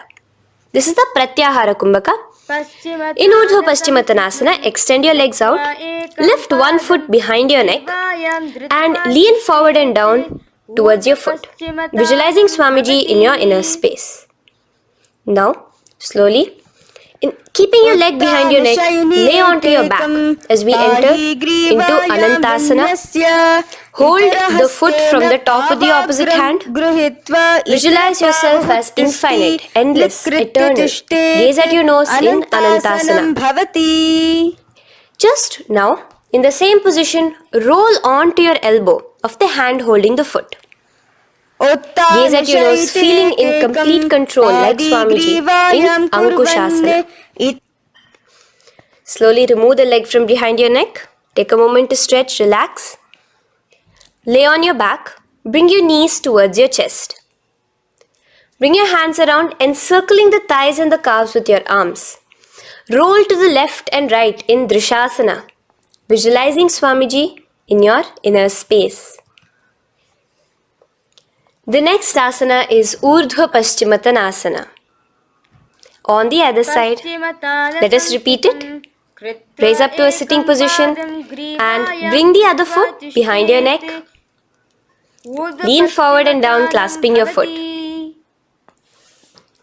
Repeating Anantasana on the other side, lay on your back, bring the opposite hand to the foot, gaze at your nose, and continuing to gaze at your nose, roll onto the elbow as we repeat Ankushasana on the other side. Now, you can release your foot and try to remain in the same position without removing the leg from behind your neck as you bring the other leg too to cross behind your neck with both your legs behind your head. Laying on your back, bring both your hands to clasp behind your back, gaze to your nose, visualizing Swamiji in your inner space in Yoga Nidrasana. As we enter into Atma Ramasana, in the same position you can uncross your hands from behind your back. Bring it up, continuing to keep it underneath the legs. Just clasp it behind your neck. So you can bring your legs out from behind your neck. Just let your hands interlace behind your neck, gazing to your nose, visualizing the Atma Rama, Bhagavan Mahavishnu within you as your soul blessing you, as you gaze at your nose in Atma Ramasana. Now, you can release your hands and legs. Continue to lay on your back as we enter into Kochikasana. Bring your knees to your chest with the soles facing upwards. Extend your arms sideways as you gaze towards your third eye, visualizing Swamiji in your inner space. Now, from Kochikasana, keep your arms reached out to the sides at shoulder level. As we enter into Jatara Parivritti 1, keep one knee bent, twist it and bring it to the ground on the opposite side with the other leg extended straight. In Jatara Parivritti 2, keep both the knees bent to one side. And in Jatara Parivritti 3, keep both the legs straight to one side. Throughout this, keep your head looking in the opposite direction. And let us repeat this on the other side. You can bring your knees back to your chest. Let your legs out, go to the other side and do Jatara Parivritti 1, 2 and 3. The next asana is Dvipada Pitham. So now from Jatara Parivritti you can bring your feet down, lay on your back with your knees pointed upwards, feet flat on the ground. Extend your hands holding your ankles. And lift your hips up. Engage the Jalandhara Bandha automatically as you raise your hips up. Gaze at your nose, visualizing yourself as a bridge in Dvipada Pitham. Now in Paryankasana, so you can lay back onto the ground and place your feet flat. Bring your arms over your head, placing the hands flat near your shoulders with the fingers pointing towards the feet. Lift your entire body up and off the ground in Paryankasana as you visualize yourself as sturdy as stone furniture. Lay back down slowly as you bring your hands out. Keep your knees to your chest here and your hands on the shoulders as we enter into Svottanasana. Visualize you're laying on your back as a playful dog. Move your hips in the circular motion. Do the Sahaja Kumbhaka. Now let us enter into Viparita Karani. First, bringing your arms out from behind your shoulders. Let your arms be extended by the side of your body. Use the strength of your arms, palms flat on the ground, to push your body, your upper body, your lower body off the mat. And keep your legs straight above you, extended. Move your legs around and around in Viparita Karani. Automatically the Jalandhara Bandha is engaged. Breathing during the Jalandhara Bandha is the Murcha Kumbhaka. Visualize Swamiji in your inner space. The next is Viparita Karani 2. In the same position, just stop the rotational movement of your legs. Visualize Swamiji in your inner space. Now, as we enter into Langalasana, just let your feet from the top rest onto the ground above your head. Interlace your fingers in the phaleṣhu mudra behind your body. Visualize yourself as a plow in Langalasana, continuing to engage the Jalandhara Bandha. Bhumim karshayet langalasanam bhavati. Now, in Shaita Paschimottanasana, Bring your hands out from behind your body and hold on to the toes above your head. Keep your legs and hands completely straight. Visualize Paramashiva as Saita Paschimottanasana is one of the 84 different asanas directly revealed by Paramashiva himself. Continue to do the Murcha Kumbhaka, inhaling and exhaling with the Jalandhara Bandha. Clasping your toes now, spread your feet wide apart from each other in Supta Konasana. Visualize Swamiji in your inner space. Bring your feet back together as we enter into Chakrasana. Clasp your ankles, keeping your legs and hands completely straight above your head. Visualize yourself as a chakra, a wheel in Chakorasana. Now slowly rest your back onto the ground. Keep your legs raised up in Supta Prasarita Padangushtasana. Clasp the respective toes in the Prana Mudra with your index and middle fingers and spread your legs out wide apart from each other. Visualizing Swamiji in your inner space, restart the Ujjayi Kumbhaka where you're inhaling and exhaling, making the sound of an ocean.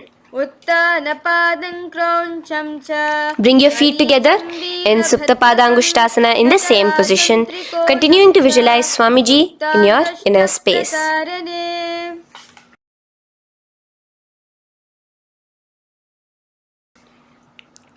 Now, bring your feet, release your feet and bring them into Padmasana. As you lay flat on your back in Matsyasana, hold the opposite elbows over your head, gazing at your nose. Visualize Matsyavatara, the fish form of Bhagavan Mahavishnu. Now in the same position, put one hand over the other, extended straight above your head. As you visualize Lord Rama in your inner space, continue to gaze at your nose. Now, slowly bring your hands to your hips as we enter into Sarvangasana. Lift your hips and legs up into the sky, crossing your legs in Padmasana. Let your hands support you, your elbows on the floor. Do the Jalandhara Bandha as you gaze at your nose in Sarvangasana. Now, bring your hips back onto the ground in Vrishchikasana. So, in the Padmasana, just remove one foot alone. Keep one foot on the opposite knee as you pull the knee towards your face. Let your hands stretch out above your head, hooking forward as you raise your upper back off the ground, visualizing yourself as a scorpion in Vrishchikasana, gazing at your third eye. Do the Jalandhara Bandha, tucking in your chin to the chest. Now just switch your legs around as we repeat Vrishchikasana on the other side. Continuing to visualize yourself as a scorpion, gaze at your third eye. The next asana is Vrishapadakshepasana. So come now to a complete flat position on your mat. Come down to a complete lying down position and interlace your fingers around your neck. Now raise both your feet off the ground. Extend one leg straight and the other knee to the chest in a bicycle motion. Alternate between extending and raising the knee again and again, bringing your opposite elbows to the respective knees.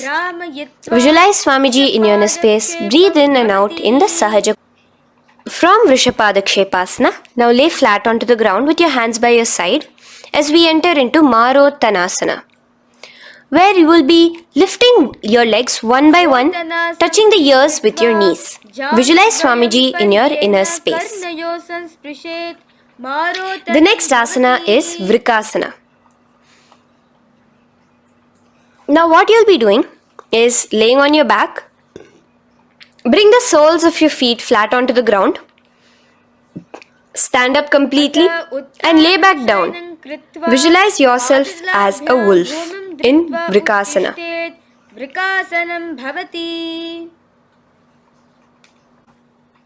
Now come back to a seated position as we enter into Luthasana, where you are going to be quickly throwing your legs above your head as you roll over completely, finishing in a prone position. Do this a couple of times. Come forward, roll over. Come forward and roll over again. Visualize Swamiji, the supreme point of Hinduism, in your inner space. Now, Take a moment to relax. Lay on your belly with your toes extended in Sarathasana. Keep your hands onto the ground by your shoulders. Now here, contract your lips and make a sound like a flute, whistling while inhaling. Visualize yourself as a ratha, as a chariot carrying warriors into battle for dharma on your back.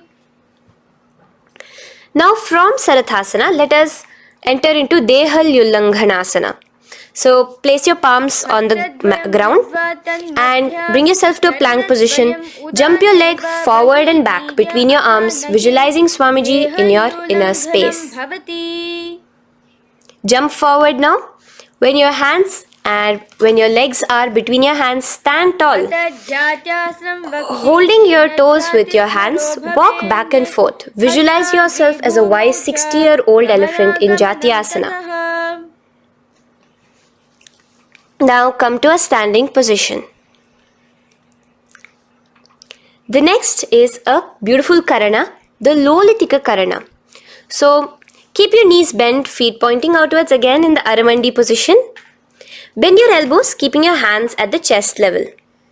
Now swiftly move your arms across the body, bringing it back to the center and tilt your head back.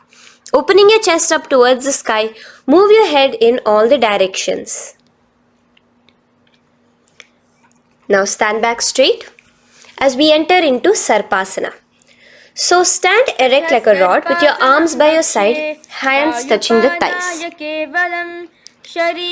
Visualize Devi, Kundalini, raising up and curling upwards around your body in Sarpasana. The next asana is Ushtrasadanasana. Lean forward and down, standing on top of your palms. Begin to move and walk like a camel, visualizing yourself as a camel. In the same position, continuing to walk around, switch your visualization to visualizing yourself as a horse as you start to walk around like a horse in Ashvasana. Now raise up tall as we enter into Kapota-Nitakasana. Interlace your fingers behind the back, pulling them down towards your calves. Open up your chest. Keep your hands in the phaleṣhu mudra.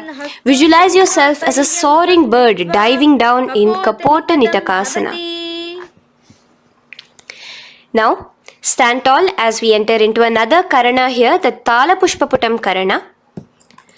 Bring yourself to the Aramandi with your hands in the Namaskara Mudra.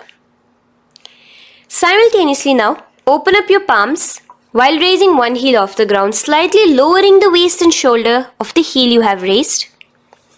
Visualize you're offering a bouquet of flowers to Paramashiva as you come back to a standing position and repeat this on the other side. Let's do this a few times, offering flowers to Paramashiva. Now, come to a standing position. Stand straight and bring your hands together in the Namaskara Mudra. Slightly lean forward. Visualize yourself as a rhinoceros. Your hand is the horn as you gaze at your nose in Khadgasana. The next asana is Utthanotthanam.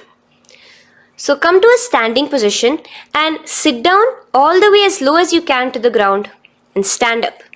Do this again. Sit down, stand up, and again. Sit down, stand up.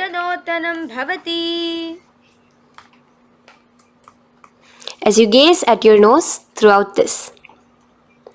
The next asana is Musalasana. Now come back to a standing position. Raise your hands above your head. Tall as you jump up and down repeatedly. Visualize yourself as a mace. Jump here in Musalasana. The next asana is Uchirshaka. So come back to a standing position. Pull the sole of one foot towards your belly. Now with the other leg, sit down and stand up. Release the leg. Pick the other leg up, pull it towards your belly, sit down and stand up in Uchirshaka as you visualize Swamiji in your inner space gazing at your nose. The next is a Karana which we will be entering into, the Parshvajanu Karana. So again, bringing yourself to the Aramandi position, bend and lift one knee towards your chest, pointing the toes downwards. Keep your arm around the knee, holding it with the hand in a fist.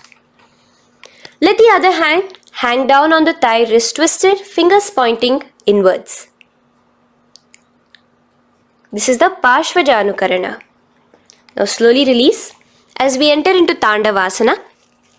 Stretch one leg out straight in front of you as you alternate between sitting and standing. Visualize yourself fiercely dancing as Paramashiva.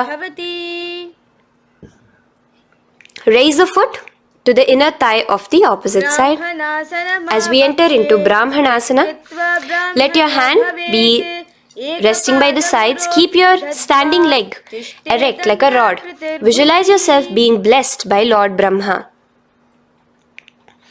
Now, you can bring the left foot around the right knee and rotate it, tucking the left toes on the other side of the right calf. Simultaneously cross your left arm below the right, bring your palms together in the Namaskara Mudra. Visualize yourself as Lord Garuda in Garudasana 3. Now slowly uncross your legs and hands as we enter into Ekapadasana, coming to a standing position. On the right leg, bring your left foot to the opposite thigh with your hands relaxed by the knees. Now take a hold of the raised foot with your hand in the Prana Mudra. Stretch your leg out wide, out to the side, and rotate your body quickly on the standing leg. Visualize yourself as the North Pole star in Dhruvasana. From here now, in the foot which is in your hand, just slowly, once you finish the rotating movement, in Trivikramasana, bring it up towards the back of your neck. Stand as tall as you can and alternate between sitting and standing. Visualize Bhagavan Mahavishnu in your inner space. Now you can take the leg out from behind your neck and stand straight. As we repeat the Parshvajanukarana on the other side, bring your knee up to your chest, clasp your knee in a fist while the other hand comes to the opposite thigh. Hold there for a second and stretch your leg out. In Tandavasana, sit and stand. Visualize yourself fiercely dancing as Paramashiva. Bring the foot to the inner thigh, standing straight like a rod. Get your hands by your sides. Visualize yourself being blessed by Lord Brahma.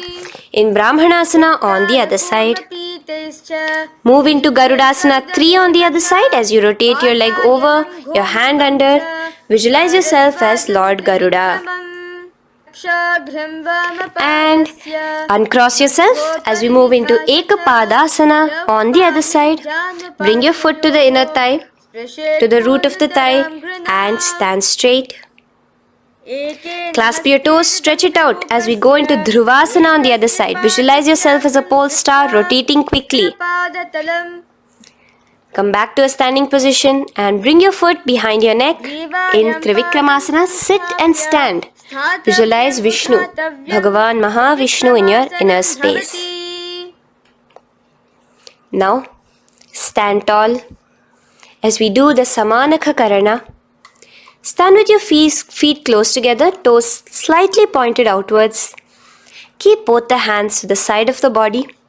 Take a moment to breathe in and breathe out and relax. Now, slowly relax and from the standing position, slowly bend forward, bringing both your hands underneath your knees. Now once you have squatted down fully, interlace the fingers together in the Parashu Mudra. Bring that interlaced fingers in front of your navel.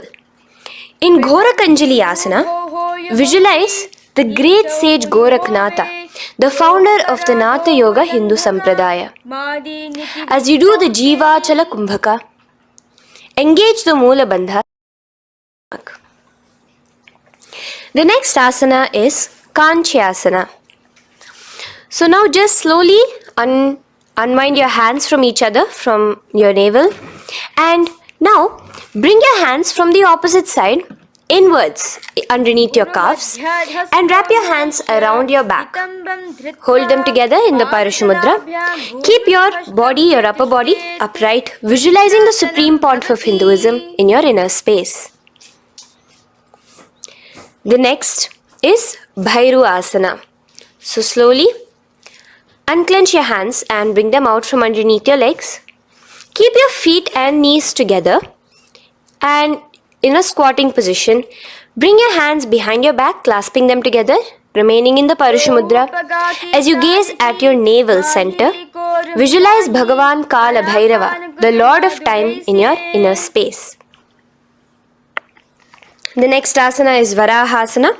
Now to gain your balance, you can lightly spread your legs apart and bring your hands to the back of your behind you in the Anjali Mudra, palms together. Visualize a boar, one of the 10 incarnations, the Varaha Avatara of Mahavishnu, gazing at your nose. Now slowly relax, bring your hands out from behind you as we move into Pripithasana. With your hands in the Prana Mudra, with your index and middle fingers, clasp the respective big toes and come to a half squatting position where your hips are at your knee level. Visualize Swamiji in your inner space as you do this asana, Pripithasana. Slowly let go of your feet and place your palms flat on the ground in front of you with the fingers wide for balance. We're going to be balancing here in Bakasana. Place your knees on the back of your arms. Focus your eyes on one spot as you raise your feet off the ground, balancing here. Visualize yourself as a crow. The next asana is Shushtanga Kapali Asana. So now come to a kneeling position. So from there itself, you can directly put your head onto the ground, or else come to a kneeling position and place your head onto the ground. Palms spread for support. Raise your body onto your head, bringing your legs into the Padmasana. Gaze at your nose. Visualize Swamiji himself in your inner space. Come down now, uncrossing your legs as you come down. Sit onto your knees, keeping the toes flat. Now, let your heels come outside of the hips. Keep your hands on your knees in Guptasana, sit straight. Keep your gaze on your nose.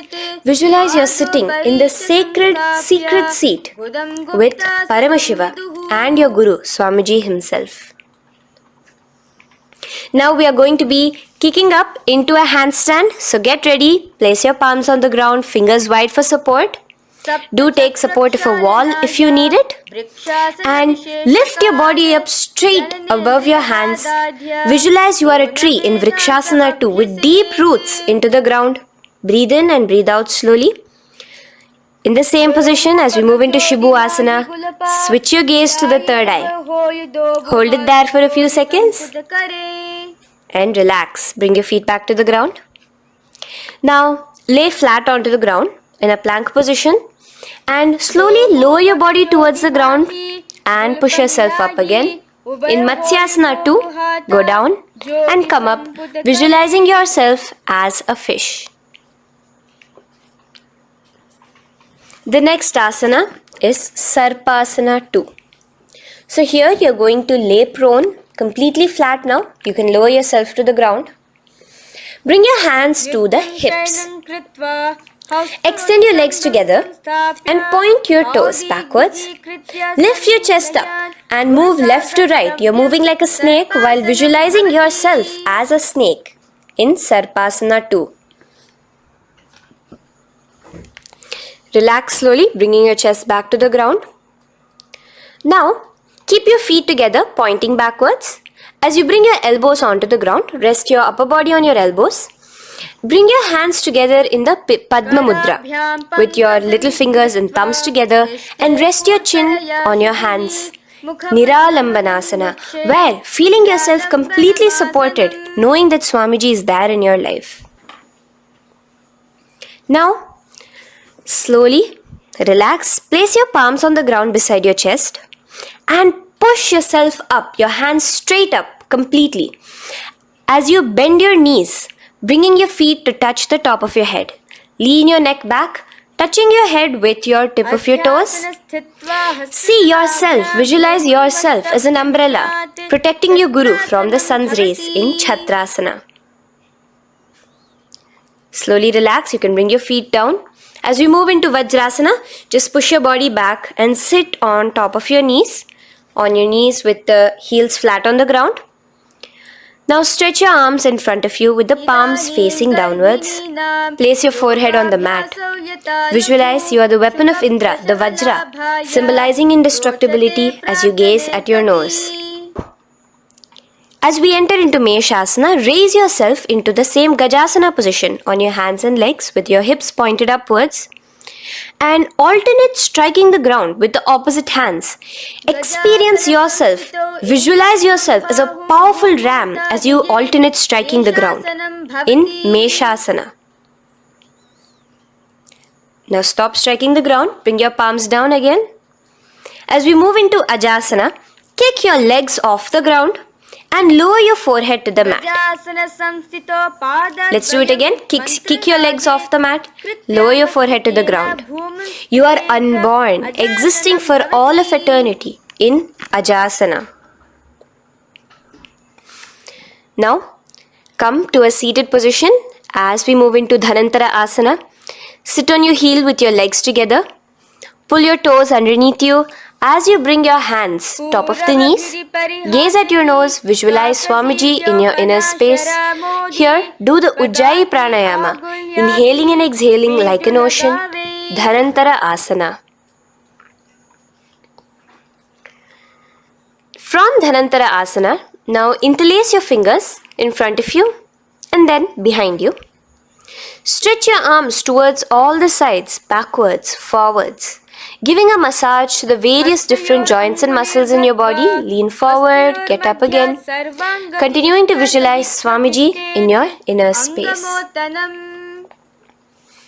Relax your hands and now take your respective heels and point them outwards, outside the side of your hips. Keep your hands on your knees, with your thighs and knees resting on the ground, spine straight. Visualize yourself as Lord Garuda in Garudasana 4. You have Mahavishnu and Mahalakshmi on your back as you are flying. The next asana is Ananda Mandirasana. Now you can continue to remain in the same position. You can bring your feet pointing inwards. Use your hands to clasp underneath your ankle. Make sure your knees are spread out wide. Gaze at the third eye.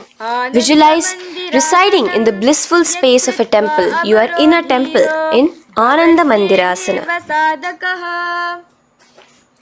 Now, as we move into Mandukasana, keep your knees wide and sit on top of your ankles. Your hands underneath your knees.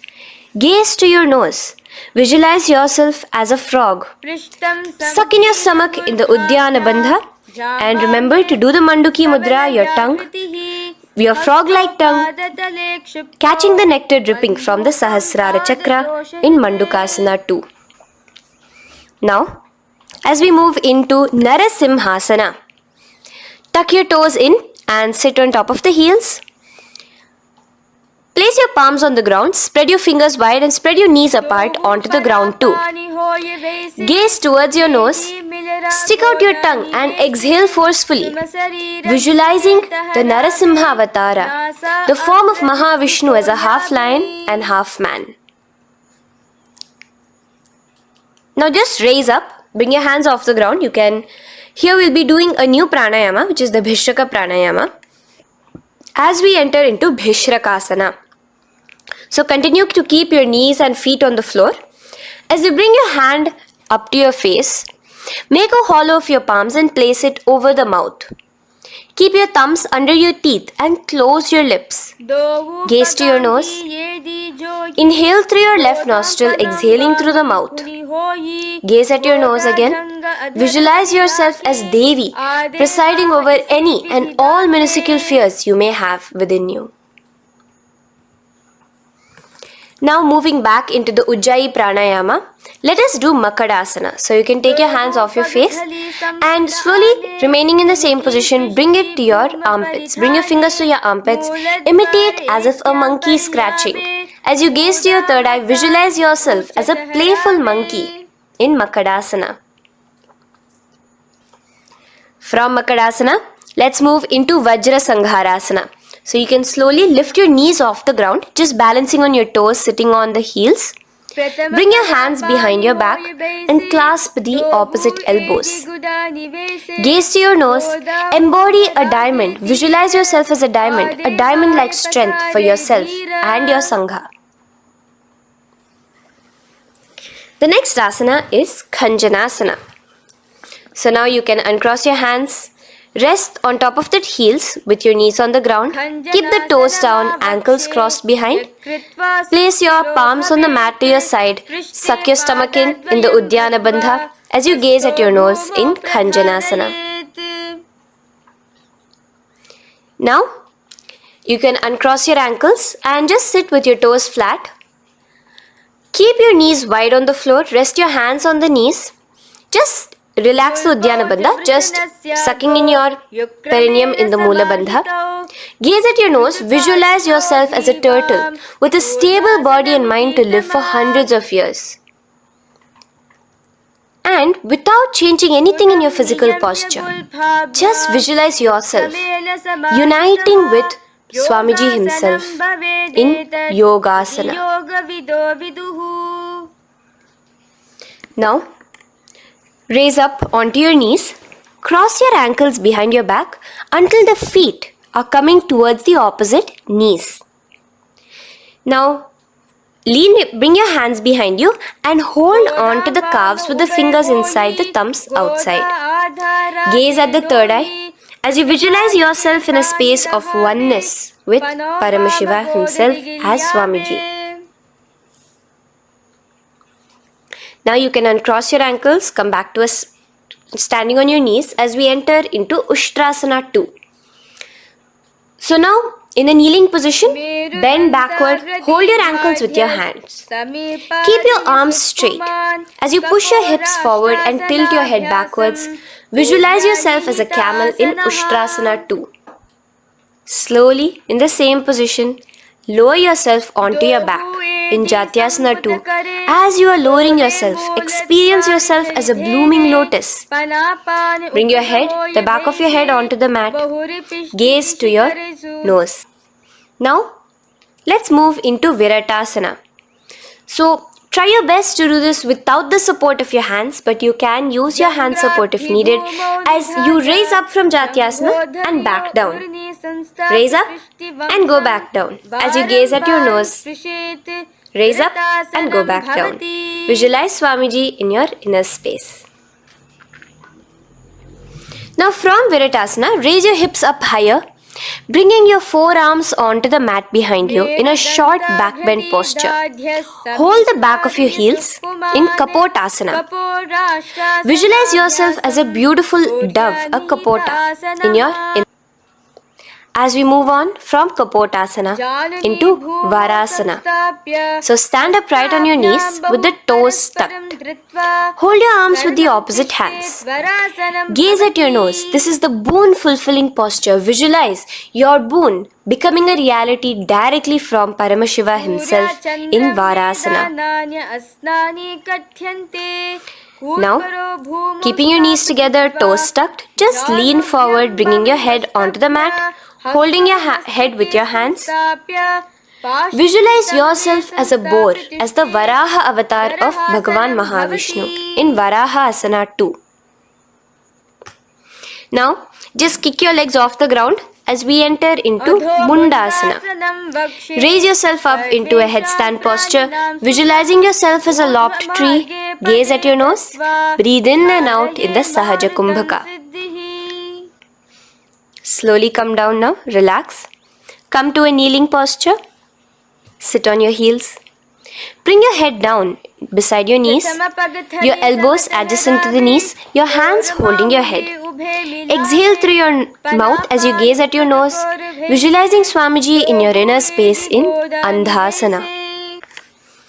Now from here, push yourself off the mat as you come lying prone on your belly. Let your arms be extended straight out and together lift your thighs, arms and chest off the ground, stretching your body, balancing there. Visualize yourself as a locust in Viparita Shalabhasana. The next asana is Kapalasana. So slowly lower yourself back to the ground. Now laying on your belly, bring your arms to your side, palms downwards. Keep your forehead on the ground and your chest on the mat. Only lift your legs up into the air. Only your legs are lifting up.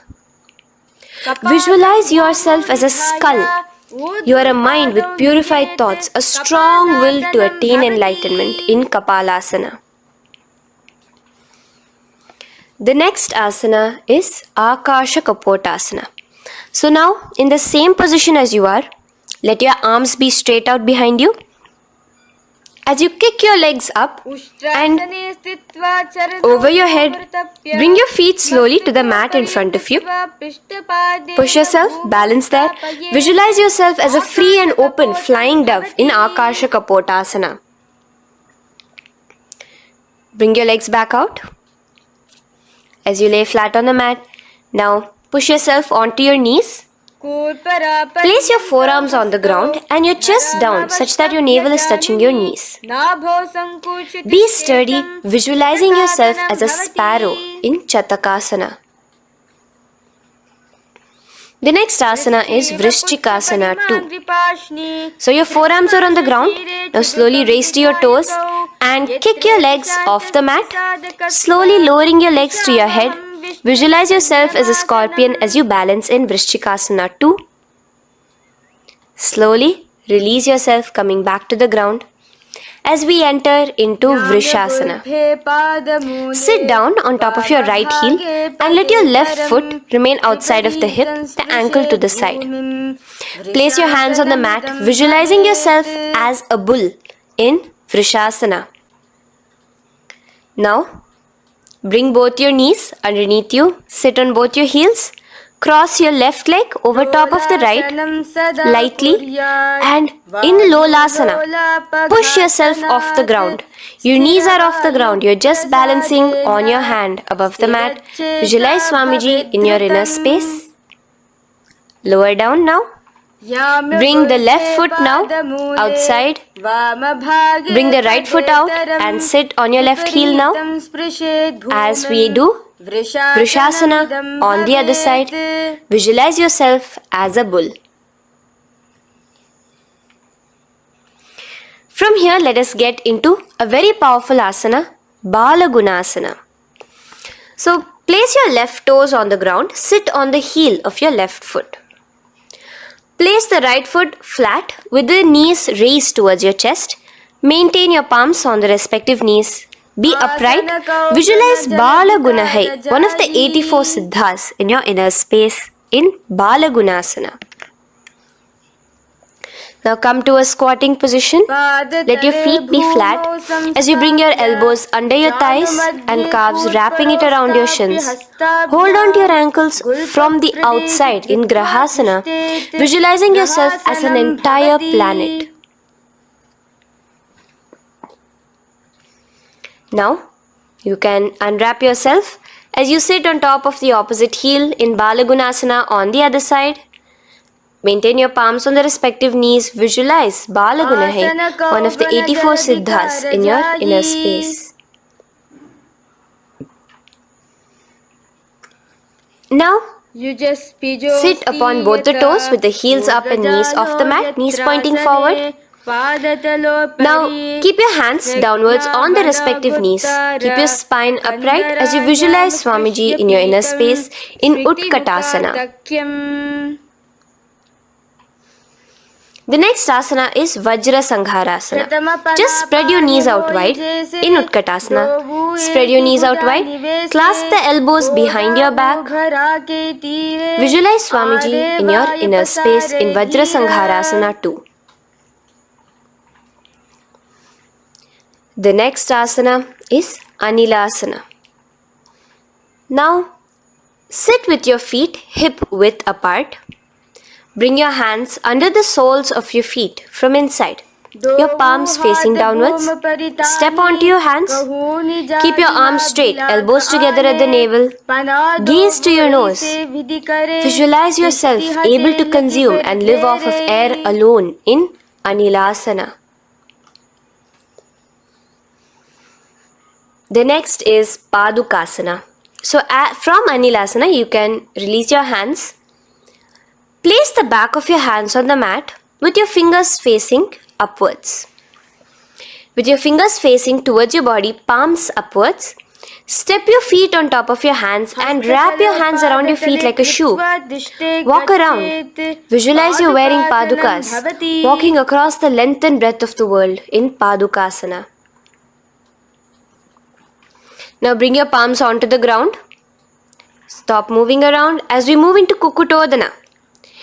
Kick your feet up into the air and let them fall back down. Let's go up again and come down. Kick up and go down. Visualize yourself as a rooster in Kukutodana. The next is Viparita Nrityasana. So as you're kicking yourself up, you can go up into a complete handstand posture, which is Viparita Nrityasana. Do take support if needed. And move around on your two hands as if you are dancing in Viparita Nrityasana. Slowly come back down to a standing position.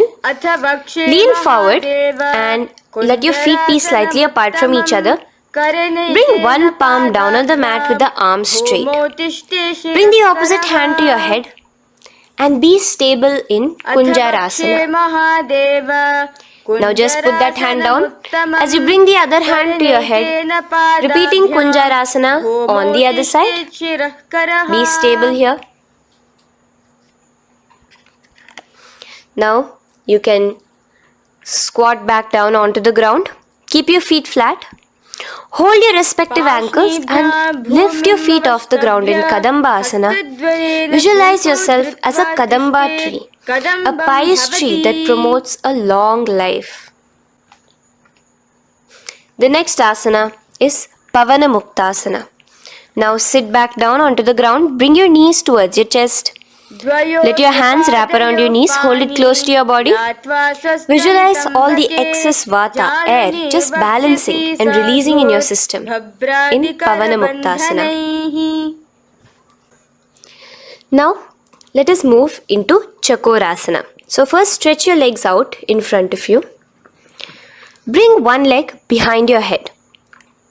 Now place both hands on the ground and lift your body off the ground while lifting the other leg too, up straight. Visualize yourself as a powerful source of energy. Gaze at your third eye in Chakorasana. Slowly relax back down. Now hold your left toes with the left hand, index and middle fingers. Pull the foot to the left ear. We are entering into Dhanurasana 2. Extend your right leg out, keeping straight. Hold the big toe with your right hand. Visualize yourself as a bow in Dhanurasana 2. The next is Ashtavakrasana. So lift your left leg over top of the left shoulder. After releasing your hands, bring the right foot across and hook it on top of the left foot. Lean forward and down. Keep your palms onto the ground. Extend your legs out to the left. Lift your head up and chest. You're completely balancing only on your hands as you visualize yourself as a flying crane in Ashtavakrasana. Now slowly relax down. From here, bring your right foot to the left thigh and your left foot flat onto the ground. Knees raised up. Have your left shoulder underneath the respective leg and place your hands flat on the ground. Gaze towards your third eye. Visualize you are immortal, able to exist solely from prana alone in Pranasana. From here, moving into Parshva Matsyendrasana. Place your right foot at the root of the left thigh. Then the left leg by the side of the right knee. Hold the left leg by the right hand. Twist your body out. Remain steady here, gazing at the third eye. Visualize Matsyendranatha, the great Rishi Yogi, master of Hatha Yoga, in your inner space. Now slowly Unwind yourself. As we repeat Chakorasana on the other side, lift the other leg behind your head. Place both your hands on the ground and keep your entire body off the ground straight up. Gaze at your third eye, visualizing yourself as a powerful source of energy. Now relax back onto the ground. Let's repeat Dhanurasana 2 on the other side. Clasp your respective hands with the feet. Pull one foot back, the other foot extended forward, visualizing yourself as a bow.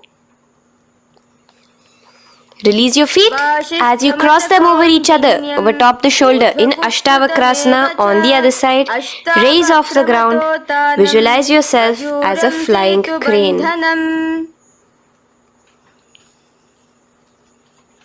The next asana, we'll be repeating Pranasana on the other side.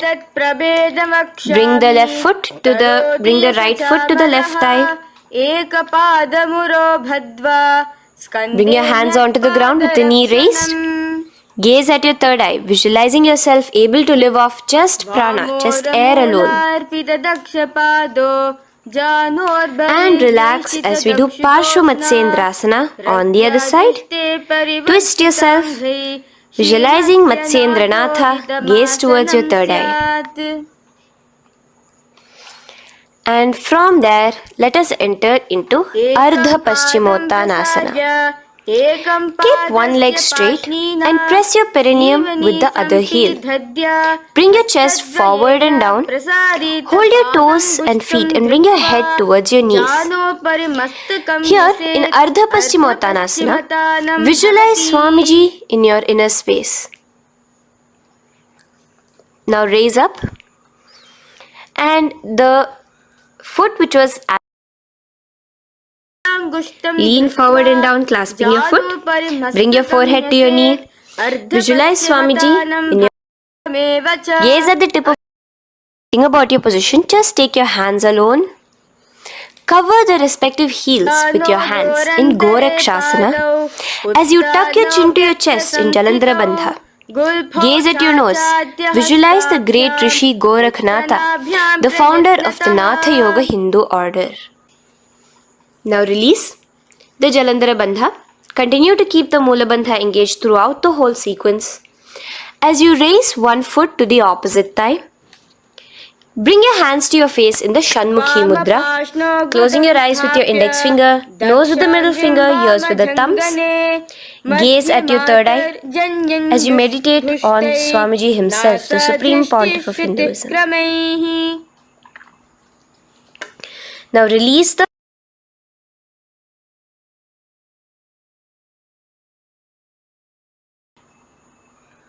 Shanmukhi Mudra. And in Yogasana 2, bring your legs into the Padmasana position over the opposite thighs. Keep your hands flat onto the ground beside your knees with the palms facing upwards. Sit straight, gaze at your nose. Here we'll be starting the Kaka Chanchu Kumbhaka, where your inhalation will be through your tongue wrapped like a pipe, and your exhalation will be through your nose.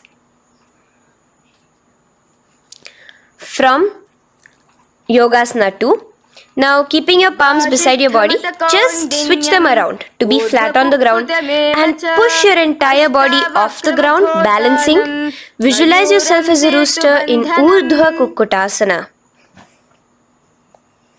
Now relax down, come back to a seated position on the floor, keeping your legs in Padmasana. Insert your hands through your knees and place them on the mat. Remember, do not lift your body up, just stay seated down there. In Siddha Harituliyasana, gaze to your nose, visualize Swamiji himself in your inner space. From there, let's enter into Hamsasana, where you will actually be pushing yourself off the ground. Lift your thighs up high above your shoulder, above your elbows as much as possible. Gaze to your nose, visualizing yourself as an elegant swan in Hamsasana. Now release yourself. Now, do not take your hands out from between your thighs and calves. Just go onto your knees and reach your hands behind your body with your fingers interlaced in the phaleṣhu mudra. Bring your forehead to the floor as you gaze at your nose. Visualize yourself as Lord Paramashiva's bow in karmaṇy-evādhikāras. Now, slowly come back to the seated position as we move into Kurmasana 2. Keeping your hands in between your thighs and calves, bend your elbows and hold your respective shoulders with your hands. Visualize yourself as a turtle, a stable body and mind to live for hundreds of years. Now in the same position, just engage the Jalandhara Bandha, tucking your chin to your chest as we move into Granthi Bhedasana, gazing at your nose. Rejoice, knowing you are in Paramashiva's secret knot posture. And from there, release the Jalandhara Bandha as you roll onto your back. Keep your hands on the shoulders, laying flat on your back. As you visualize yourself as a turtle on its back, playful, gaze at your nose in Uttana Kurmasana. Now rock yourself back to a seated position as we do Pangu Kukkutasana. Now it's the same as your hands between your thighs and the calves, except you will be placing one hand flat on the mat. Hold the wrist with the other hand. Lift your body up and holding only on one hand. Visualize yourself as a rooster in Pangu Kukkutasana. Now release back to the ground. Hold. Let's do Pangu Kukkutasana on the other side. Place the other palm flat and bring the other hand holding the wrist. Push yourself off the ground. Visualize yourself as a rooster. Continue the Kakachanchu Kumbhaka, sucking in your breath through your curled tongue and exhaling through your nose. As you slowly extricate your hands from between your thighs and calves, let's do Girdharasana here. So now, interlace your fingers in the phaleṣhu mudra as you place your elbows on the feet, remaining your legs in Padmasana. Lean forward and down, resting your chin on your knuckles. Place your thumbs to your throat in Girdharasana. Visualize Swamiji in your inner space. From there now, sit straight into Padmasana 3. So with your legs in Padmasana, bring one hand over the other near your navel center. Engage all the three bandhas, suck in your stomach, clench your perineum, tuck your chin to your chest and gaze at your nose in Padmasana 3. Slowly now, as we move into Padmasana 4, bring your hands to the respective knees. Release the Jalandhara Bandha and release the Uddiyana Bandha, just engaging the Moola Bandha alone. Visualize Paramashiva in your inner space as you gaze at your nose in Padmasana 4. Now we'll be entering into Karmukas 2. So in the Padmasana position, hook your right hand index and middle finger in the Prana Mudra around the toe. Pull it back while your left hand rests on the knee. Now, as you visualize yourself as Paramashiva's bow, just release your right foot, bring your left hand to the left toe, right toe, and let your right hand be on the right knee. Now from here, let's do Karmukas 3. So you can release your toes, cross your hands behind your back, continue to keep your legs in Padmasana, and with your respective hands, cross behind your back. Hold on to the toes in the Prana Mudra. Engage all the three bandhas, suck in your stomach, clench your perineum, tuck your chin to your chest. Visualize yourself as Paramashiva's bow in Karmukas 3.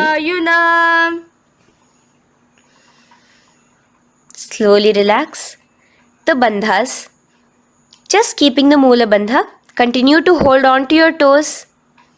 Release the Uddiyana Bandha and the Jalandhara Bandha. Switch your gaze to the third eye.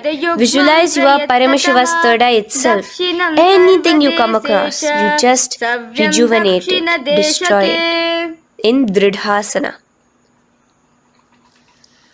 Now, try to keep your hands at the toes.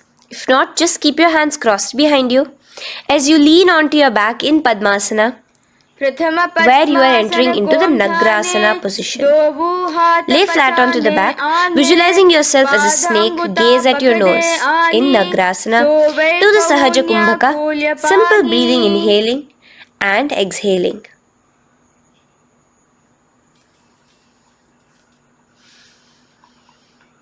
Now bring your knees to your chest. Let your hands wrap around your knees. Slowly uncross your Padmasana and bring your knees to your chest. Bring your hands to the Parashu Mudra, the fingers interlocked on top of your knees. As you pull your chin up to your knees, visualize yourself as a ball in Kandukasana. Now relax. Bring your feet onto the ground, the knees pointed upwards in Urdhva Pavanasana. As you interlace your fingers, bring the interlaced fingers behind your head. Laying down, gaze at your nose in Urdhva Pavanasana.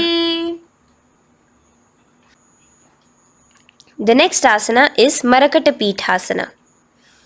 Now, from behind your head, take your hands out and clasp onto your feet. Just step lightly onto your palms. As you push your hips up into the sky, automatically engaging the Jalandhara Bandha.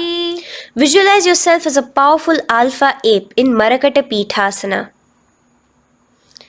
In the same position now, bring your hands to your hips as we enter into Uttanashiki Pitakasana. Let your weight rest on your elbows as you stretch your legs out straight. Gaze at the nose. Visualize Swamiji in your inner space. From there, continuing to rest on your elbows, kick your feet up high into the sky in Narakasana. Stretch your palms out behind you flat on the ground. Balance there. Visualize yourself blissfully traveling through hell unscathed in Narakasana. Bring your hands to your hips now as we move into Tiryanavkasana. Angling your legs down at an angle, visualize yourself as a boat crossing the ocean of samsara in Tiryanavkasana. Now from there, come back straight as we enter into Dhwajasana. Keep your legs up high above your body, your hands stretched out down behind you. As you push yourself up, visualize where KAILASA's flag respected across all nations in Dhwajasana. Hold there for a few seconds and relax now. Flat onto the ground. Palms slightly away from your body. Do not move at all in Mritasana. Your body is dead. Visualize that. Visualize the Supreme Pontiff of Hinduism liberating you. Let your awareness travel to all the parts of your body in the Shakti Chalan Mudra as we do Mritasana.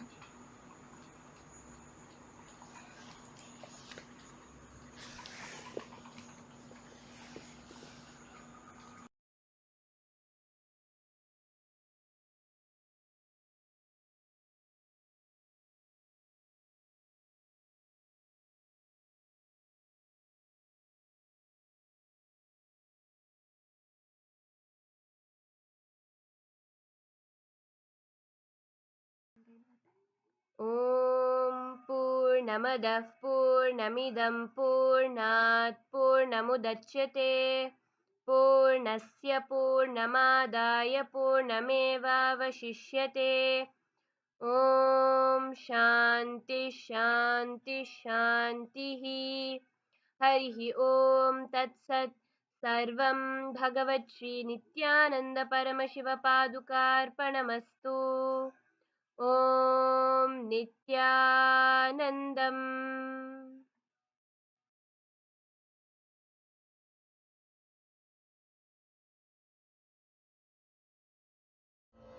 Paramashivoham. Om.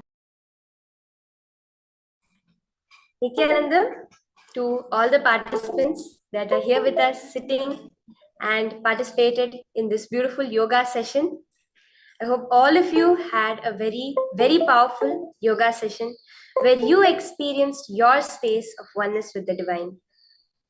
Now, as we get further into our day, I request all of you, you can freshen up, change your clothes, come back and settle down for us to enter into the next step, which is the powerful power manifestation.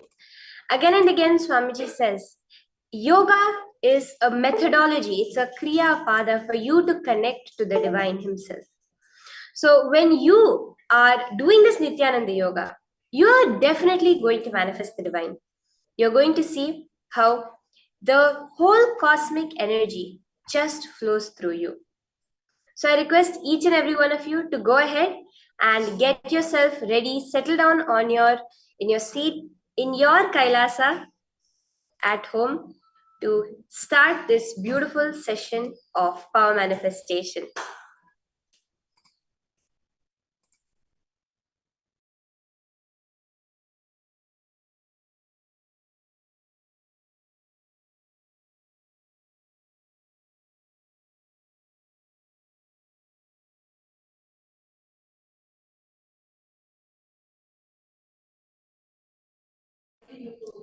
Beautifully about this power of third eye, Paramashiva reveals.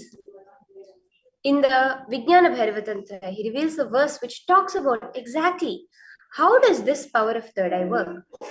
Paramashiva says, Kapalantarmanonyasya tishthanmilitalochanaha kramena manasodadhyat lakshaye lakshamuttamam. Where Paramashiva is beautifully revealing to each and every one of us the science of third eye.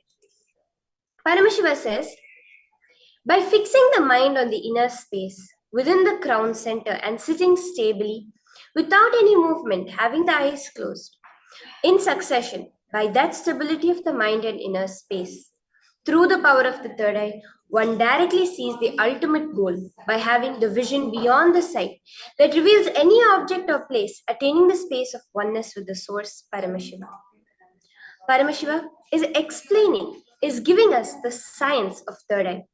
It is when the thoughts, the jumping around of the mind settles down. That is when powers manifest as we see it. That is when the true vision we have. Right now, the vision we are having is not the true vision of reality. It is only when we are completely complete. When we are complete from the jumping around of the mind that we see the true vision. Furthermore, when we see the Apta Pramana for this power, from the life of Bhagavan Shri Krishna in the Mahabharata, there's a beautiful happening where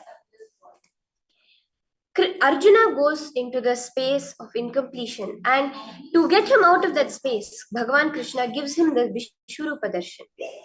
At that time, Bhagavan Shri Krishna says one thing very interesting. He says, न तु मां शक्यसे द्रष्टुम् अनेनैव स्वचक्षुषा दिव्यं ददामि ते चक्षु पश्य मे योगमैश्वरम्. He tells to Arjuna, you cannot see my cosmic form with these physical eyes of yours. Therefore, I grant you the divine third eye vision. Behold my cosmic opulence. Bhagavan Shri Krishna beautifully says that to view the Vishwarupa Darshan of him, he gives the third eye vision to Arjuna, and the whole chapter 11 of the Bhagavad Gita is a description of how Arjuna is seeing Bhagavan Shri Krishna's Vishwarupa Darshan. In Swamiji's own life, he verifies this science.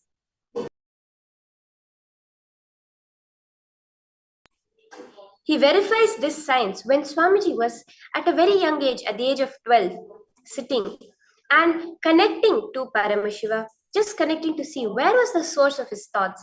He had the beautiful vision of 360 degrees, which stayed with him thereafter. He was able to see above him, around him, in all the 360 degrees this way and all the 360 degrees this way. But Swamiji beautifully says, not only was I able to see, I was able to feel myself existing in each of these beings. Because that is the true power of the third eye. It is the space of oneness that you experience. So I hope all of you are now ready to get into the manifestation of this power of third eye. Let us get started now. I hope all of you can come settle down. Come on camera, ma Istak, ma Kala Devi, ma Sally Chen. If I request all of you to come on camera. Yes, come and get ready to put on your blindfolds. Ma Mahabhairavanyana Surupini ma Jinling Hong. You can all get your blindfolds ready to enter into this power manifestation.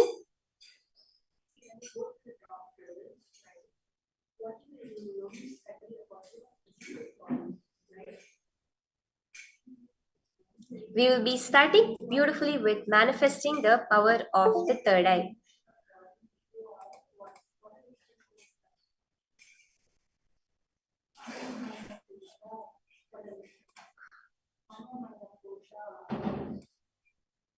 Vishwanathan T. Aya, Robert Ramaya, Sarthak Patil Aya, all of you too can come on camera and put on your blindfolds.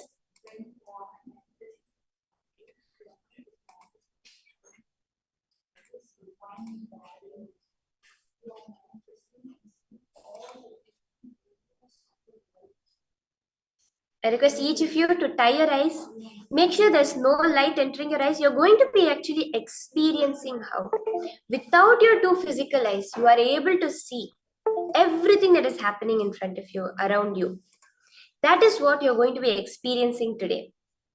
So I request each of you to tie your eyes now before we project the image. Then close your eyes.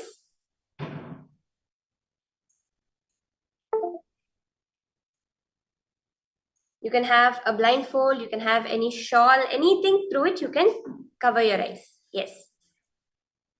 So now I'll be projecting the first image for all of you to look at through your third eye. Just remember to connect to Swamiji and to chant the Mahavakya. The Mahavakya is the most powerful password to connect you to the cosmic energy. So with that, now start chanting the Mahavakya and just witness the image through your third eye. Nityananda Paramashivoham Om Nityananda Paramashivoham Om Nityananda Paramashivoham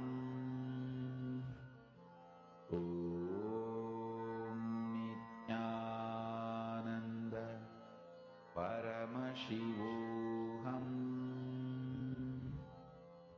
Om Nityananda Paramashivoham Om Nityananda Paramashivoham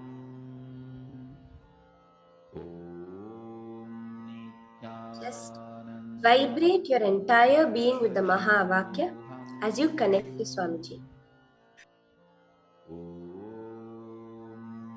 Nityananda Paramashivoham Any thoughts that are coming up, any impossibilities that may be coming up, surrender all of it at Swamiji's feet. Mahamagya, spiritual lullaby for samadhi, and Suprabhatam, wake up call, wake up song for Paramashiva. This Mahamagya is spiritual lullaby for you to fall into samadhi. Suprabhatam, wake up song for Paramashiva to wake up in you. Now, you can open your eyes. This one powerful cognition, this Mahamagya. You can open your eyes and post in the chat section what it was Swamiji showed you. This is spiritual lullaby for You can samadhi pose colors, and shapes, numbers, Suprabhatam. Wake up any song detail. for Go to the Paramashiva detail and as you can. That Swamiji is revealing for to you in your third eye. Paramashiva to manifest. As detailed. It can be something completely random, something you're not even able to make sense of. Do not try to make a sense of what your third eye has shown you. As it has shown you, you type it down in words. You just be a transcriber.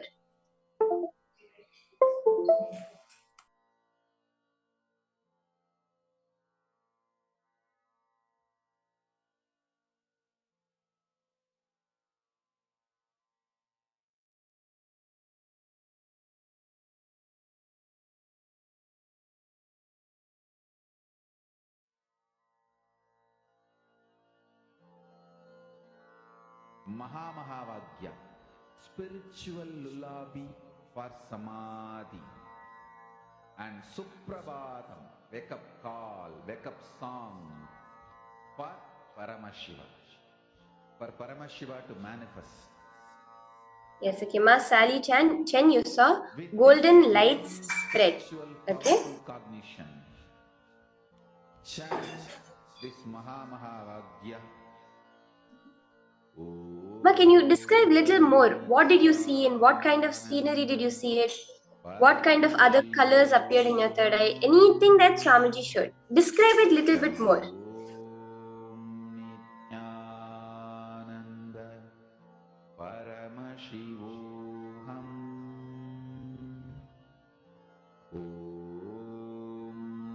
Nityananda Paramashivoham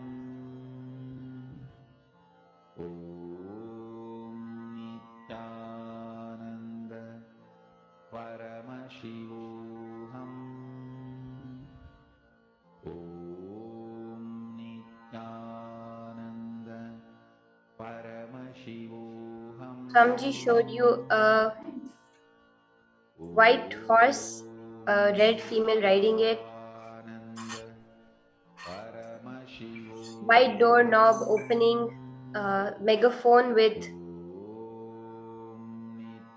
a megaphone like flower, squirrel, and a blue bubble, scissors going through a square window to the cosmos, blue, purple, dark light, banyan tree roots with magnet on the floor to one direction, putting the dots together. Okay. Okay. This is very nice. I request anyone else who is left to post your answers, please go ahead and post it in the chat. You saw yellow color. Vishwanathan T.I.A. saw nature, mountain, and the color yellow. I'll show the answer to each one of you now. You can take a moment and see what exactly the image was. So as you can see here, the image that I had kept for all of you to see was an image of a set of fabrics, colorful fabrics. So you see there's purple color, there's blue color and green color, pink color. These are the main colors as you can see here.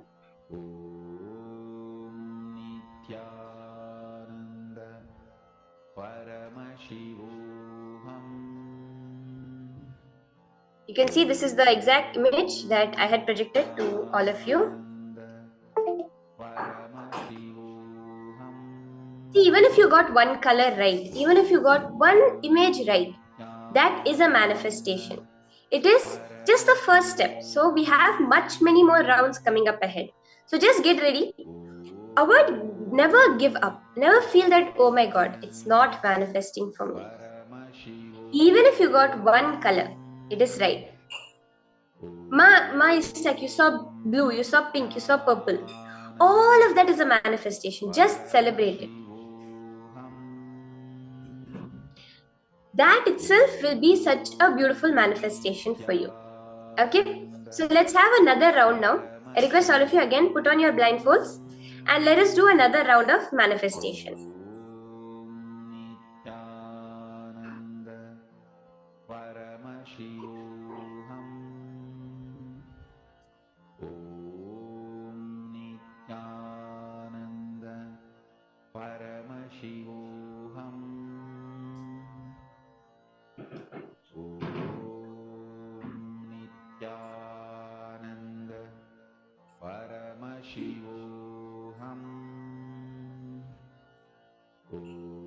Okay, now I'll project the next image for all of you to scan. Continue chanting the Mahavakya.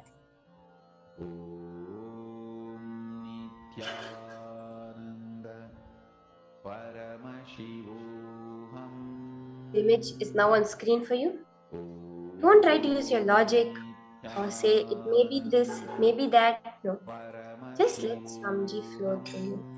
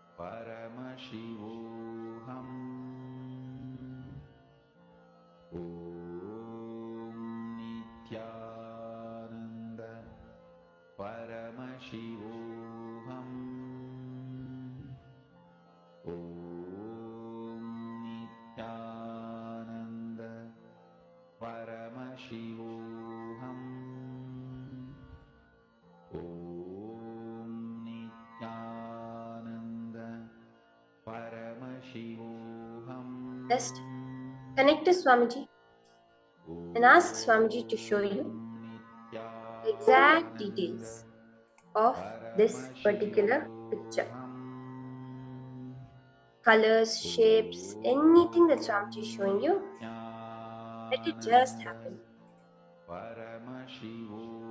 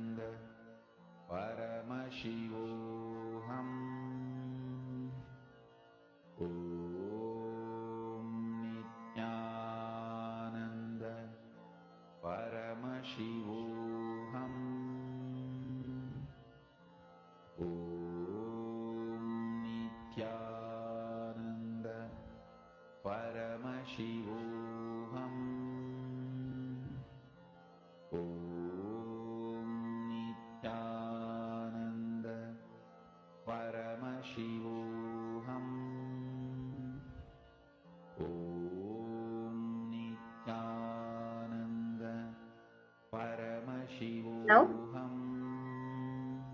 each of you can take off your blindfold slowly.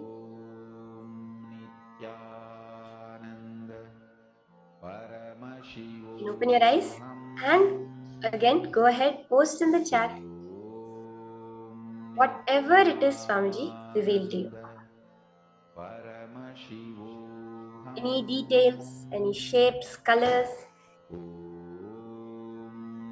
Nityananda Paramashivoham Om Nityananda Paramashivoham Om Nityananda Paramashivoham Om Nityananda Paramashivoham. Go ahead and post. Ma Salichan, you can open your eyes now. And you can also post in the chat what it was that Swamiji showed you.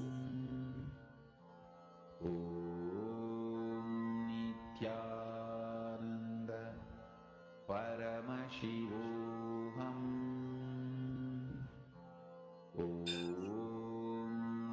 Nityananda Paramashivoham Vishwanath and Tia, you saw Swamiji showed trees, butterfly and landscape. Okay, thank you, Priya. Taike Zangaya, Nityanandam, I see you've just joined. You can join us from the next round. We're doing beautiful power manifestation session.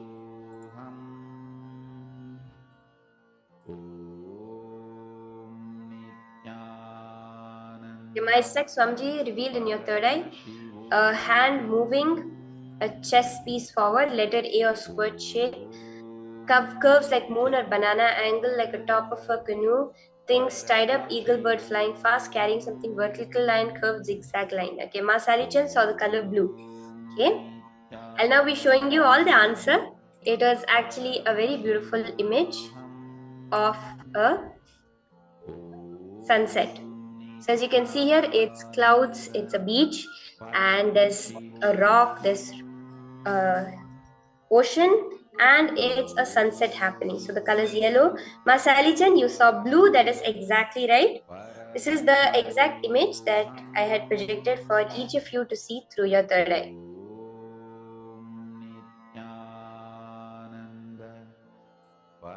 Let's do another round. See, the more and more we do it, Swamiji again and again says, right? The only cure for not manifesting powers is doing more and more power manifestation. So let's have a few more rounds. Request all of you again. Okay, Ma, it's like you continue to post blue fetus, flower, yellow, two petals, square, dark. The blue color is exactly right. If you saw blue, that's exactly right.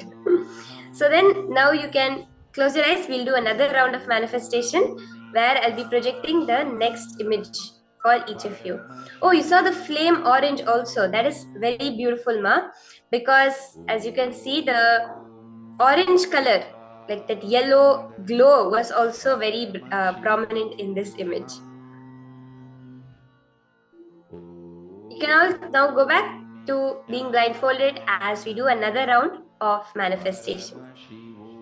I have the next picture ready to project to each and every one of you.